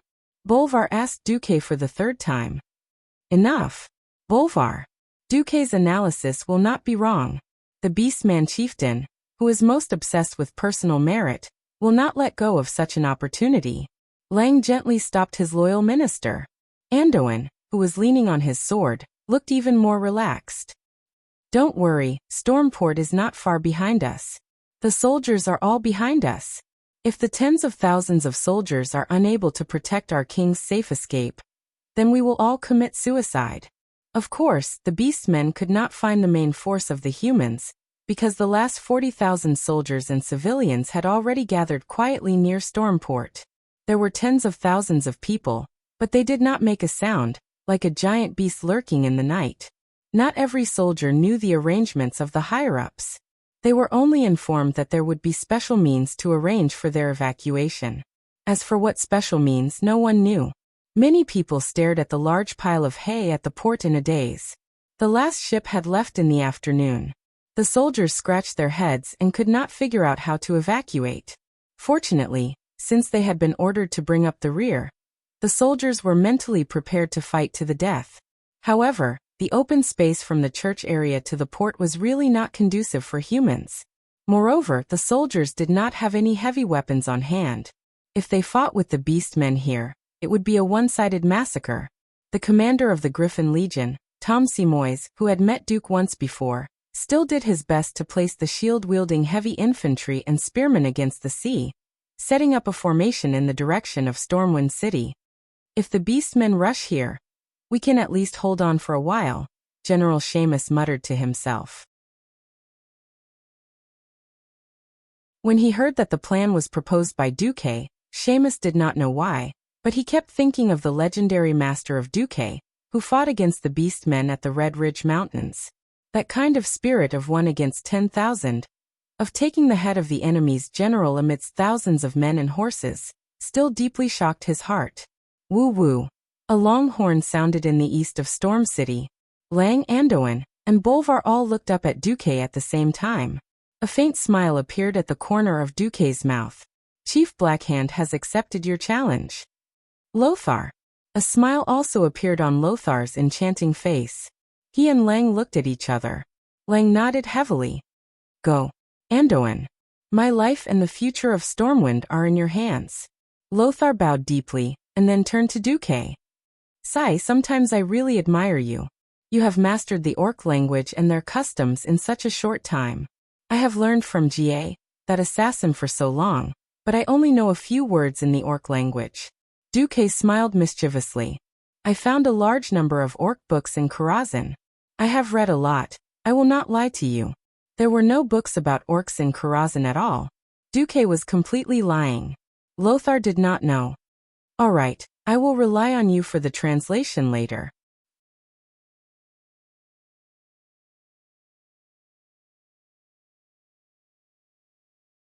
Chapter 186. The once peaceful and tranquil Stormwind city had now become hell. Deer antlers were everywhere, and trenches were everywhere. Almost every sturdy building in the city had been transformed into a bunker with sandbags, gravel, and wood. The soldiers who acted as suicide squads used all sorts of methods to attack the invaders. The javelin throwers hid behind a window on the third floor, continuously shooting at the attacking beastmen. In the beastman army advancing along the main road, there were beastmen who were shot and fell to the ground. But the beastman soldiers did not care, and only continued to attack fiercely. Whether it was the human barricades or the bunkers that had been transformed from mansions, the various beastman clans fought to launch wave after wave of attacks. The green tide flooded one position after another. First was the capital of the Dreenii, Shatrath city, then the human Stormwind city. Which city would it be next? The beastman soldiers did not think too much about it. The sense of pride and glory from conquering the enemy's capital had long made the beastmen lose their minds. Most of Stormwind city had already fallen into the flames of war, but the human positions were layered like a woman's dress. Every time they tore apart a position, they would see the next one. They did not even have time to plant the clan's flag. A human position that was responsible for providing cover would definitely throw a rain of javelins. That kind of mutual cover, like an endless line of fortifications, gave the attacking beastman commanders a headache. The bloodletting of the tribes was unknowingly expanding. Just as the battles in every area were extremely fierce, a huge and silent army came straight to the Stormwind City Church District. Over here, with the huge and beautiful Stormwind City Cathedral behind them, nearly 1,000 royal guards stood with swords in hand, waiting in formation. Over there, the great chief beastman guards, who were more burly than normal beastmen, with an average height of nearly 3 meters, came forward with great chief Blackhand and Orgrim. These elite beastman guards wore thick black leather armor that covered almost their entire bodies. They wore ferocious shoulder guards that towered into the sky with sharp bone spikes. On their heads were full iron-horned helmets that were meticulously made by the best beastman laborers. In one hand, they carried a huge battle axe that they had collected from the humans. In the eyes of these humans, the huge battle axe that required 2 hands to lift was just a one-handed axe in the hands of the elite beastman guards. Lang narrowed his eyes. The green crowd parted to the left and right like a tidal wave. Great Chief Blackhand, who was over 3.5 meters tall, walked forward with Orgrim, who was holding the hammer of destruction. Stepping on the green bricks of the church district, the bricks under the great chief's feet groaned under his heavy weight with every step he took. Blackhand stopped 30 meters away from the stairs. Its eyes that were larger than a bull's eyes scanned the humans from left to right. His gaze easily locked onto King Lang, who was wearing a golden helmet and golden armor, and was extremely flashy. I am the great chief of the tribe Blackhand. Are you the great chief of the human Storm clan? Blackhand's booming voice shook everyone's eardrums. Naturally, Blackhand spoke in the orc language. Lang, Lothar, and the others all tilted their heads to look at the translator, Duque. This guy is the orc chieftain Blackhand. He's asking about your identity, your majesty, Duque replied politely. Tell him, Lang said. Duque bowed slightly and turned to Blackhand. With his left palm facing up, he made an introduction gesture and said in the orc language, Blackhand, in front of you is the honorable king of Stormwind, Lang Rin. He is a distant descendant of Thoradin the Great, the only human empire from 1,000 years ago. He is now the leader of the alliance of the 7 human kingdoms. Duque's translator had gone off topic on purpose. No one in the tribe knew the human language, and no one in Stormwind City knew the orc language. It was just a matter of a few words from Duque. Duque's tone was no different from the introduction of the ceremonial officer. No one realized that Duque was about to do something bad. Duque then pointed at Lothar. And this is the direct descendant of Thoradin the Great, the strongest human warrior, Sir Anduin Lothar. Seeing Duque introduce himself, Lothar stood at attention, unsheathed his sword, and held it vertically in front of his chest. Black Hand was a simple-minded guy. He blinked, pointed at Lang, and replied in a booming voice, "You mean Lang is not only the chieftain of this clan, but also the chieftain of the 7 clans?" Duque quickly repeated Black Hand's words. "Reply to him. Use a more dignified tone," Lang said softly. Duque used a chicken feather as a token of authority. "Black Hand. His Majesty takes pity on your low brain capacity. Well, anyway, you simple-minded guys can't tell the difference between a clan and a kingdom. Suit yourself. If you think His Majesty Lang Rin is the chieftain, that's fine too." Black Hand did not understand what he meant by low brain capacity, but he felt that it was a curse. He was angry. Roar. A terrifying roar with a lung capacity of at least 20,000 milliliters was heard. The fierce roar easily reminded people of a roaring bear. At the same time, Orgrim slammed his hammer on the ground, and a huge tremor once again ravaged everyone's eardrums. Orgrim scolded angrily. "How dare you? A king of a small kingdom that is about to perish has no right to look down on our chieftain." Perish. Shallow people who don't know how vast the world of Azeroth is. Stormwind City is just a kingdom in the south of the Human Alliance. Even if you take down Stormwind City, it will only be equivalent to you destroying a clan. Duque did not back down. The orcs were showing signs of going crazy. Of course, Lothar was not to be outdone. He raised his sword, and all the royal guards put down their shields. The sharp swords were erected in the gap between the shields, like poisonous snakes that were about to spring out. All of a sudden, both sides were at daggers drawn. Black Hand's huge black arm that was petrified blocked in front of Orgrim. "Forget it. Humans. I acknowledge that your king has the qualifications to send someone to challenge me. But the Beastmen only accept challenges from the bravest warriors of other races." Black Hand's voice fell, and he didn't even need to give a meaningful glance. An incomparably tall and sturdy personal guard of Black Hand suddenly took 3 steps forward with an axe in hand. "If that Anduin is really the best human warrior, let him prove himself," Orgrim shouted. Duque turned his head. "Hey, Anduin, Black Hand only accepts challenges from the best human warriors. You have to kill that guy first." Lothar tilted his head. "Just one sentence?" Duke retorted. "Could it be that Black Hand despises us, saying that Storm Kingdom is just a small kingdom, and we have to translate every sentence?" Lang laughed. "Anduin, don't be so sensitive.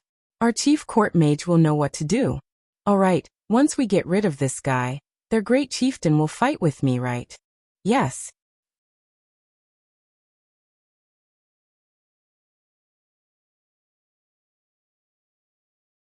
Chapter 187. Lothar leisurely walked down the stairs. His metal boots stepped on the marble stairs, making a clanking sound. "It doesn't feel good to be looked down upon. Did I not kill enough orcs on the battlefield?" Lothar mocked himself as he walked. "Later you can hold Black Hand's head and look down on the orcs." Duque was the one who orchestrated all of this. He let Black Hand fight Lothar, who shouldn't be fighting now, but Duque was full of confidence. In the original history, Black Hand died a rather useless death. After Orgrim used torture to get the location of the Shadow Council, Orgrim decisively challenged Makara, under the witness of thousands of orcs. In that duel, Black Hand had the absolute upper hand. The huge rock hand completely ignored Orgrim's hammer, and easily beat Orgrim up. However, the cunning Orgrim suddenly made his move. During the duel, he suddenly looked behind Black Hand in shock as if he saw Gul'dan. His mouth also seemed to say Gul'dan. Black Hand, who was all brawn and no brains, actually believed it. That moment of distraction immediately gave Orgrim the chance to smash his head with his hammer. Aha! The great chief Black Hand might be really powerful, but Black Hand was a brainless child. If Lothar really couldn't beat him, then Lothar's name should be written backwards as Salo Induin. It had nothing to do with the honest, righteous, and heroic young man Duque. Ah! The orc guard charged. Once that huge body charged, it was no different from a charging rhinoceros.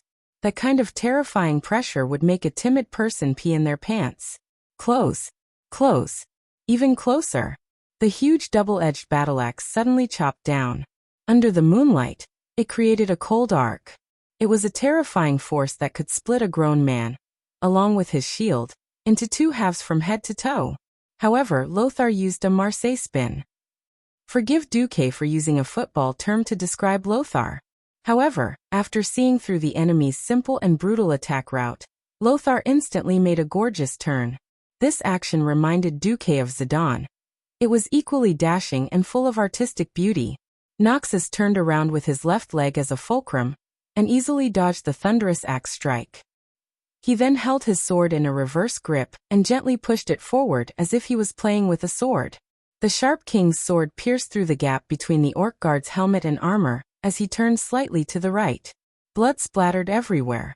The blade of the sword pierced through the orc guard's jaw without any resistance and went straight through his brain. Until the moment of his death, the orc's eyes were still filled with confusion and shock. Lothar's long hair, which was fluttering due to the rapid rotation, lay meekly on his shoulder under the effect of gravity. He easily killed the enemy, and his hair was not messed up. Handsome. So cool. Furthermore, it was an instant kill. He gently pulled out his sword and let the dead orc's huge body fall with a loud bang. Blood spurted out from behind him. Noxus swung his sword and the dirty blood beads fell on the floor tiles. Lothar walked slowly toward Black Hand. One step, another, and another. With every step he took, his unparalleled domineering aura became stronger. SSSSS. The orcs gasped in unison. They had the same thought. This guy is indeed worthy of being the best human warrior. Ha ha ha. The chief Black Hand let out a burst of hearty laughter. He was not the slightest bit angry because of the death of his guard. Instead, Lothar's gorgeous steps attracted his attention. Pushing aside the guards in front of him, Black Hand strode forward proudly. Ha ha ha ha. Not bad. You're not bad. Indeed, you're qualified to challenge me. Duque's translator said. Anduin, this arrogant guy has agreed to fight you.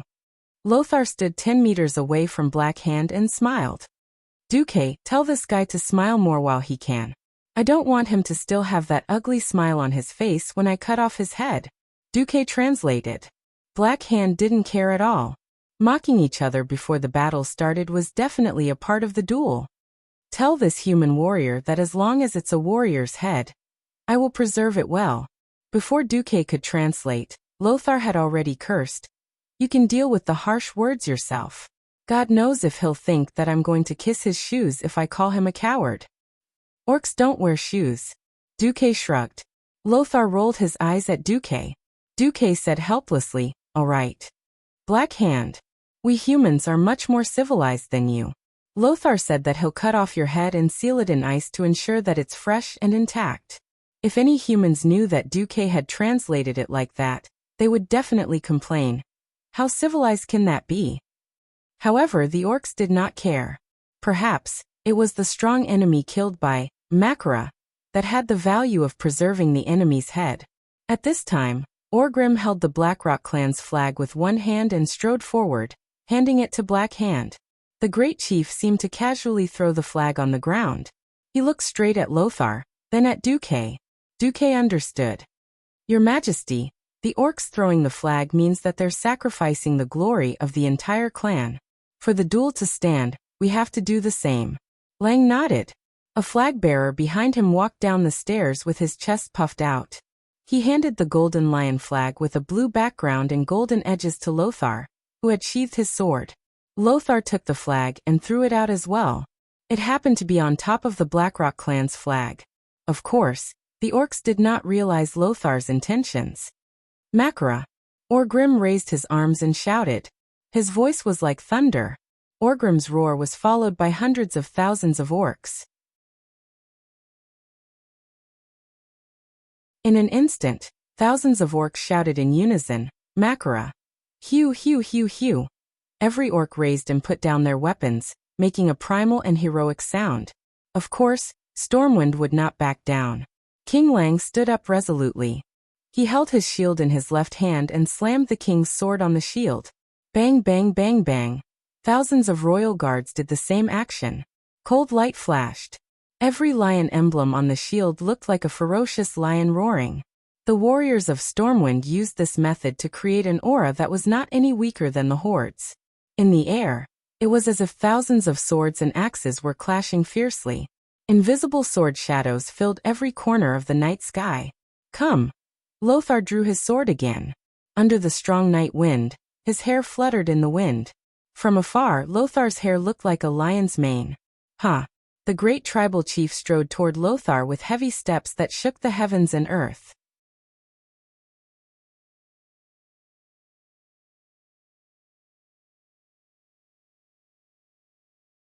Chapter 188. If the orc guards were like rampaging rhinoceroses, then Blackhand's attack was like a speeding heavy tank. His violent and unstoppable aura had shaken the 4 digits of human warriors on the scene. The great chief Blackhand, who was nearly 3.5 meters tall, was a giant among both humans and orcs. Some people might think that a giant like Blackhand would be slow in his movements. In fact, any enemy or challenger who had this thought would have their heads crushed by Blackhand. High strength meant slow speed, and high speed meant low strength. This formula didn't apply to Blackhand. Not only was Blackhand fast and strong, but he also had an advantage that no one else had. His weapons were his hands. People often said that a person wielding a sword was like an extension of his arm, and that was a very high level of mastery. However, no matter how agile a weapon was, it was impossible for it to be more agile than one's own hands. Blackhand had an advantage. Back then, when he helped Orgrim pull Doomhammer out of the lava, he almost lost both his arms. Not many people could withstand the blazing heat, and there was a shocking amount of fire elements. If it was an ordinary person's arm, it would have been charred into charcoal and broken in the lava. However, Blackhand's willpower, strength, muscles, and natural resistance to fire were all extremely powerful, and he managed to withstand the inferno at the mouth of the volcano. A large amount of fire elements attached to his arms and palms, which not only destroyed more than half of Blackhand's hand nerves, but also completely turned his skin and muscles below his arms into rock. That pair of heavy and shiny black hands had a strange luster that was between stone and metal. Although every joint below his arms could move flexibly, it was obviously beyond the realm of a living creature. If someone was stupid enough to chop off Blackhand's arms, the last thing that would fall off would be his head. Of course, Noxus wouldn't fall for it. Duque had repeatedly reminded him that if Noxus fell for it, then he wouldn't be Noxus, but an idiot. Noxus also dashed toward Blackhand with small steps. In the next second, a strong gust of wind rose from the ground. Before Blackhand made his move, no one would have thought that this great tribal chief's left arm's casual grab, such a simple sweep, would possess such terrifying might. It was an earth-shattering feeling that should only appear when the entire building collapsed. Just that gust of wind alone was enough to crush every inch of muscles on a person's face, teeth, and other bones. He couldn't even open his eyes, let alone see what was in front of him. For a moment, Duque had the illusion that Lothar had been killed without any suspense. It was too scary. That was a power and speed that the poor human imagination could not comprehend. That feeling was as if the other party had picked up a church door and slammed it down horizontally, turning you into minced meat. The last sentence that remained in your mind was impossible. Fortunately, Duque's rationality dispelled his hallucinations. If he had really made a move just now, he would have disrupted this incomparably sacred duel in the eyes of the beastmen. That would truly be a disaster. Lothar dodged and pounced like a ferocious tiger, then rolled forward on the ground to the right, avoiding the great chieftain's ferocious left-hand sweep. Not only that, but Noxus also used the blade of the king's sword to pull Blackhand's thigh that was as thick as a bull's thigh. Blood splattered. A long bloodstain appeared on the great chieftain's left thigh. Blackhand's leg armor did not play any role at all, as if the precious leather armor was just a thin piece of paper that could be torn to shreds. But this was not the end. Black Hand actually swung his right fist, turned around like a whirlwind, and suddenly punched down from the top right to the bottom left. There was a loud sound that was close to a sonic boom in the pitch-black sky. The fist that came crashing down was not like a giant stone object at all, but more like a blazing ball of lava. The release of fire elements that was equivalent to a mage throwing a fireball? How was this possible? Obviously, within a certain range, Black Hand had the power to control the fire elements. His domination level was quite high, even higher than the Sky Mage Duque. Duque's heart froze in an instant. If it wasn't Kilrog Deadeye, or Grim, and Samuro who surrounded him when he went to set the fire a while ago, but Black Hand, if he was tricked by him, perhaps he would really have to run for his life. The temperature was comparable to that of lava. The power to kill with a single touch. Either of these 2 points would result in death. Every human warrior forgot to breathe as they stared at Lothar's incomparably small figure in front of Black Hand. However, Lothar still managed to dodge it. It was a strange movement that was a little like a spring bouncing back. He slammed the shield on the ground with his left hand, and used the recoil force of his arm to bounce off the ground. Lothar's entire body actually rose into the air, and he barely dodged the fist's edge like he was juggling. With a loud tearing sound, the armor under Lothar's left rib was grazed, and the entire piece of armor that was at least 5 millimeters thick was torn off. It was even easier than tearing bread with his hands. A 1-meter-wide pit of flames suddenly appeared on the ground. Assassin. Lang stood up in shock. Every human warrior broke out in a cold sweat for Lothar. Only Lothar stood up and curled his lips nonchalantly, as if the guy who almost died just now was not him. Haha. I'm liking your head more and more. Andoin. Black Hand laughed maniacally while ignoring the wound on his thigh, and continued to attack Lothar fiercely. Duque translated. Me too, Lothar said while dodging in a flustered manner. He was clearly a warrior, but it was as if he had activated the bandit's special skill evasion. He had a 100% dodge rate. Duque translated again. Okay, let's fight each other. The speed of Black Hand's hand that had turned into rock suddenly increased greatly again. It was almost as fast as the Sword Sage's blade storm. However, Black Hand still couldn't deal any effective damage. It was impossible for Lothar to dodge every attack. However, as he took quick and accurate steps, he danced the epic ranked shield on his left arm. His agile footwork, ingenious angle deflection, accurate unloading, and perfect use of various warrior skills allowed Lothar to be on par with Black Hand. No, that's not right. Because Black Hand's attacks were more extensive, Lothar's ghostly attacks left more than 10 wounds of varying depths on Black Hand. Following Black Hand's intense movements, every wound on his body was bleeding. Yes, he's bleeding. For a while, Black Hand could rely on his tyrannical body to hold on, but as time passed, the scales of victory would definitely tip in Lothar's favor. That was provided that Lothar didn't get hit by a heavy blow. That was the difference in size. Black Hand, who had stronger vitality, had many opportunities to make mistakes, but once Lothar made a mistake, he would be killed instantly.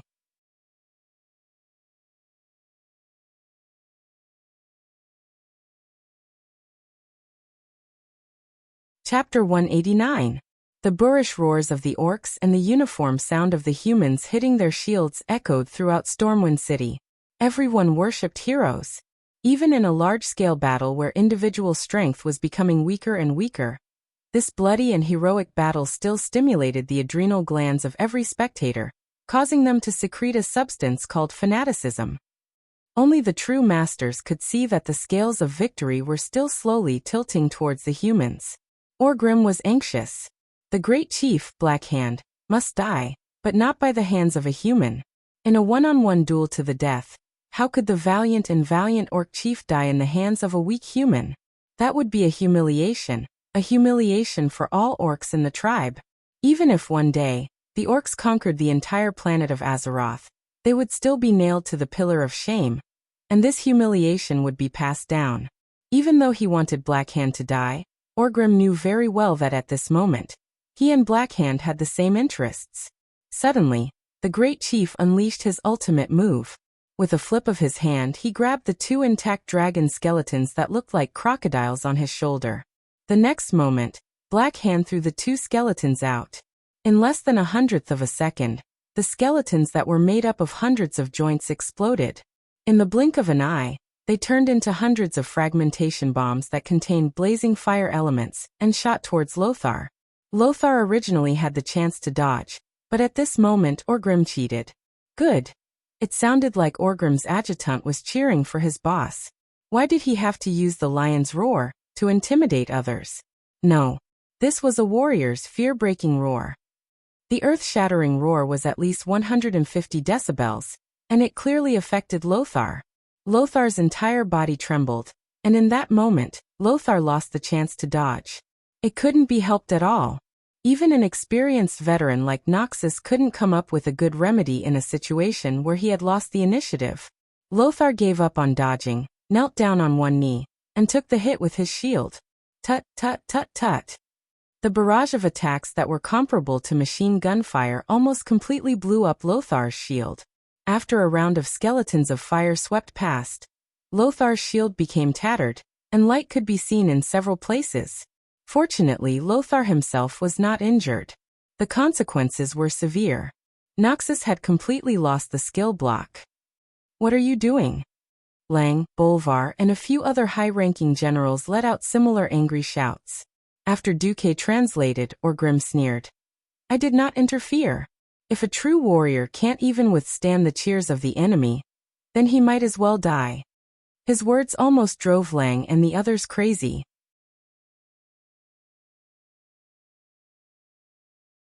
At this time, Duque suddenly showed the same sneer. "You mean to say that using words and sound to affect the enemies in the arena is not considered cheating?" Orgrim did not speak, which was undoubtedly a tacit agreement. On the other side, Lothar was in a desperate situation. In terms of absolute strength and speed, Black Hand was superior to Noxus. Having lost his shield and unable to dodge, Lothar could only use his longsword to parry Black Hand's attack. For Black Hand's hands that were comparable to heavy hammers, a longsword like a light weapon was at a disadvantage. Unless it was psychic, a longsword could never be more agile than one's own hands. In the last incident where Medivh was killed, the king's sword had used up a lot of power. Lothar calculated, and could not use the power of the sword to chop off Black Hand's claws. Lothar's face was cold. Lang, Bolvar, and the others trembled all over. Lang almost wanted to shed all pretense of cordiality and let his subordinates do it. But in the end, they still focused their attention on Duque. "Watch me throw the cup as a signal." That was what Duque said. Once again, Black Hand forced Lothar into a corner. It was a corner of the square, with towering marble walls on both sides. There was no way to dodge at all. "Anduin Lothar, I will remember your name. But go to hell." The great chief let out a roar of victory. At this second, the cheers of the orcs reached their peak. The blazing cheers almost overturned the clouds in the sky. They shouted the greatness of the great chief and praised Black Hand's bravery. As long as the number one human warrior was killed, the human great chief's head would be at their fingertips. This symbolized that the invincible orcs had once again conquered the weak foreign races. Supreme glory! The best Makara. In the next moment, the great chief's hands would shoot out like lightning with blazing heat and the whistle of death. That would be the death of Lothar. Makara, as failure. The entire Stormwind and the possible future failure of the Alliance. Without Lothar, there would be no such thing as a descendant of great Emperor Saladin, and it was still a question whether the Seven Kingdoms would still be united. At this moment, even Lothar's handsome face lost all color. Every human watching the battle clenched their fists. At this critical moment, Duque's light words entered the ears of the great chief.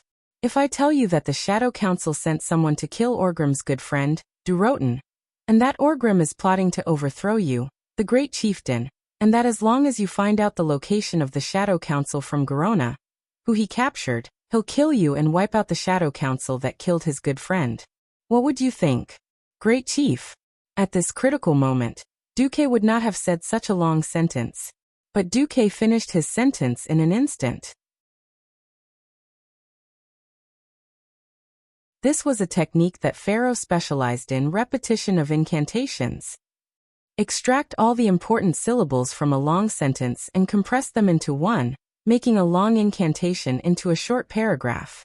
Of course, the sound produced was equivalent to pressing dozens of keys on a piano at the same time. With human hearing, it was impossible to distinguish this noise. And most repetition of incantations only reduced a 3-second incantation to 1 second. This was already very impressive. Duque had the system Elf. This greatest king system could make the impossible possible. A long paragraph was forcibly compressed into a single note. However, as the receiver, Great Chief Blackhand heard every word clearly. As Gul'dan's hardcore, as a puppet among puppets, he was a model example of someone who would help others pay for using him. The Great Chief was furious and suddenly turned his head to look at Ogrim. Ogrim. Ah. Lothar did not know why Blackhand was in a daze, but it did not stop Lothar from sliding between Blackhand's legs and slashing at the forked part of Blackhand's thigh. There was a kind of pain in the world called pain in the balls, also known as the most painful pain for men. Blackhand could not control his body at all, and bent over in pain. In the next second, seeing that there was no time to lose, Lothar beautifully pierced through Blackhand's chest from behind. The dignified king's sword was once again used as a backstab, the sharp blade piercing through Blackhand's chest. But Blackhand did not care. He pointed at Ogrim and let out the last roar of his life. "You traitor!"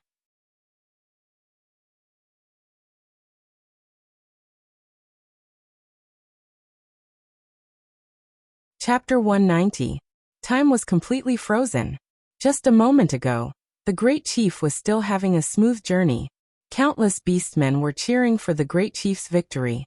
The enthusiastic cheers almost shot up into the starry sky. On the other hand, everyone on the human side was sweating profusely.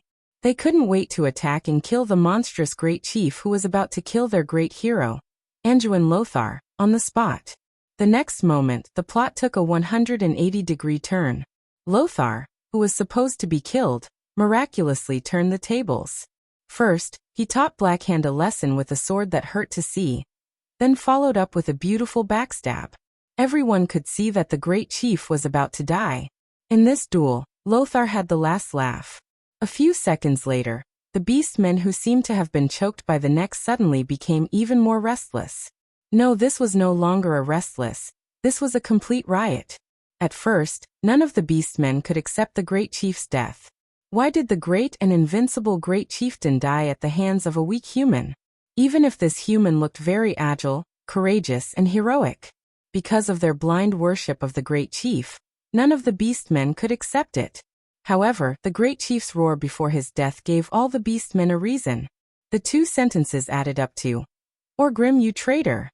Traitor? Why would Orgrim, who was so loyal to the Great Chief, become a traitor? Did Orgrim do something to the Great Chief? The beastmen's simple thinking circuits could not wrap their heads around it. But that was not important. Duque played the role of a facilitator. In the houses on both sides of the beastmen's gathering, someone suddenly shouted in beastman language, "We are the Shadow Destroyers." At least a third of the beastmen present were stunned for a full second. When they came back to their senses, they immediately swung their axes and machetes at the Blackrock warriors beside them, especially Blackhand's personal guards.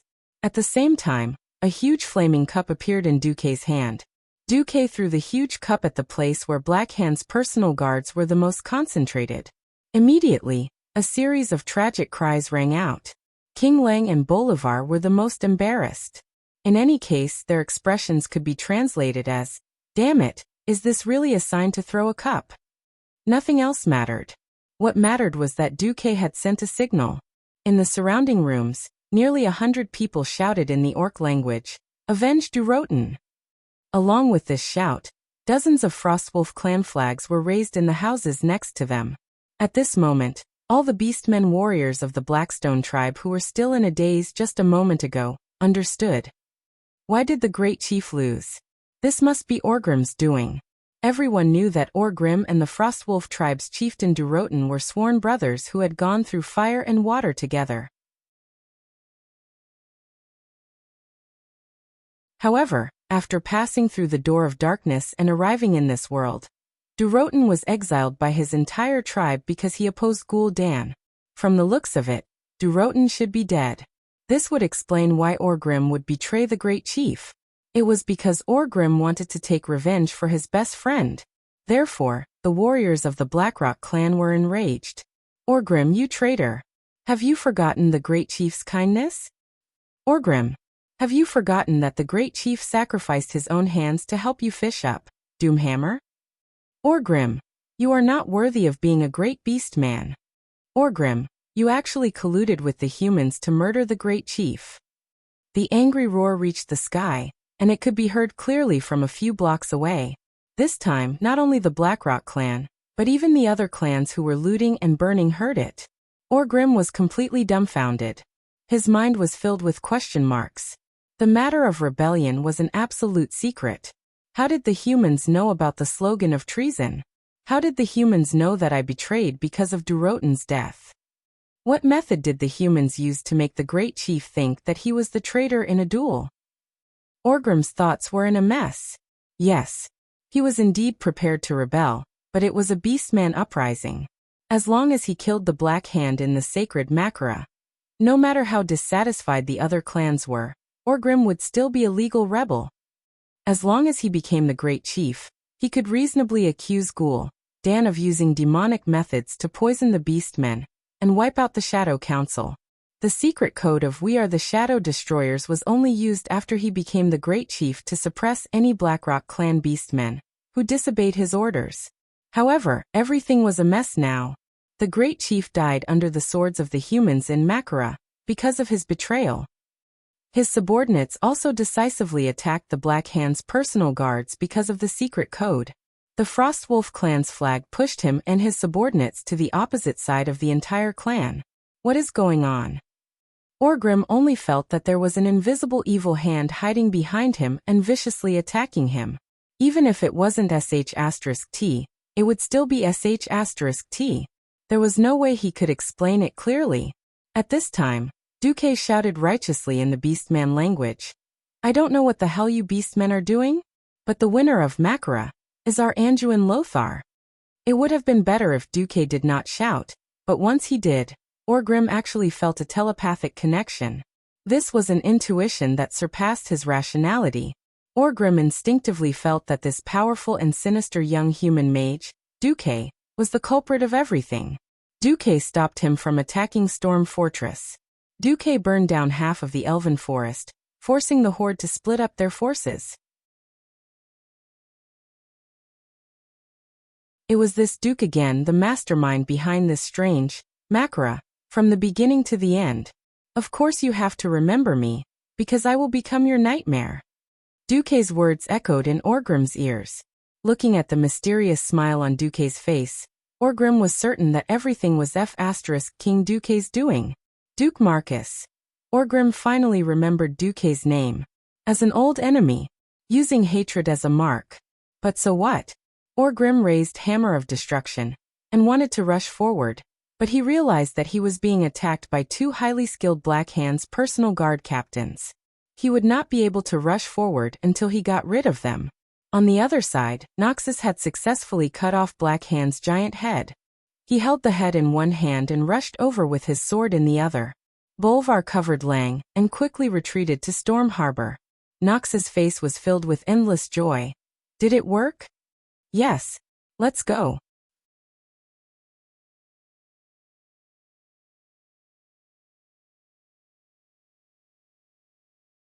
Chapter 191.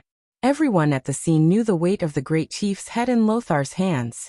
If King Lang had been defeated in the capital and fled to Southshore, no matter how many soldiers he had saved and how many people he had protected, Lang would still be a useless king in the eyes of the other 6 kings.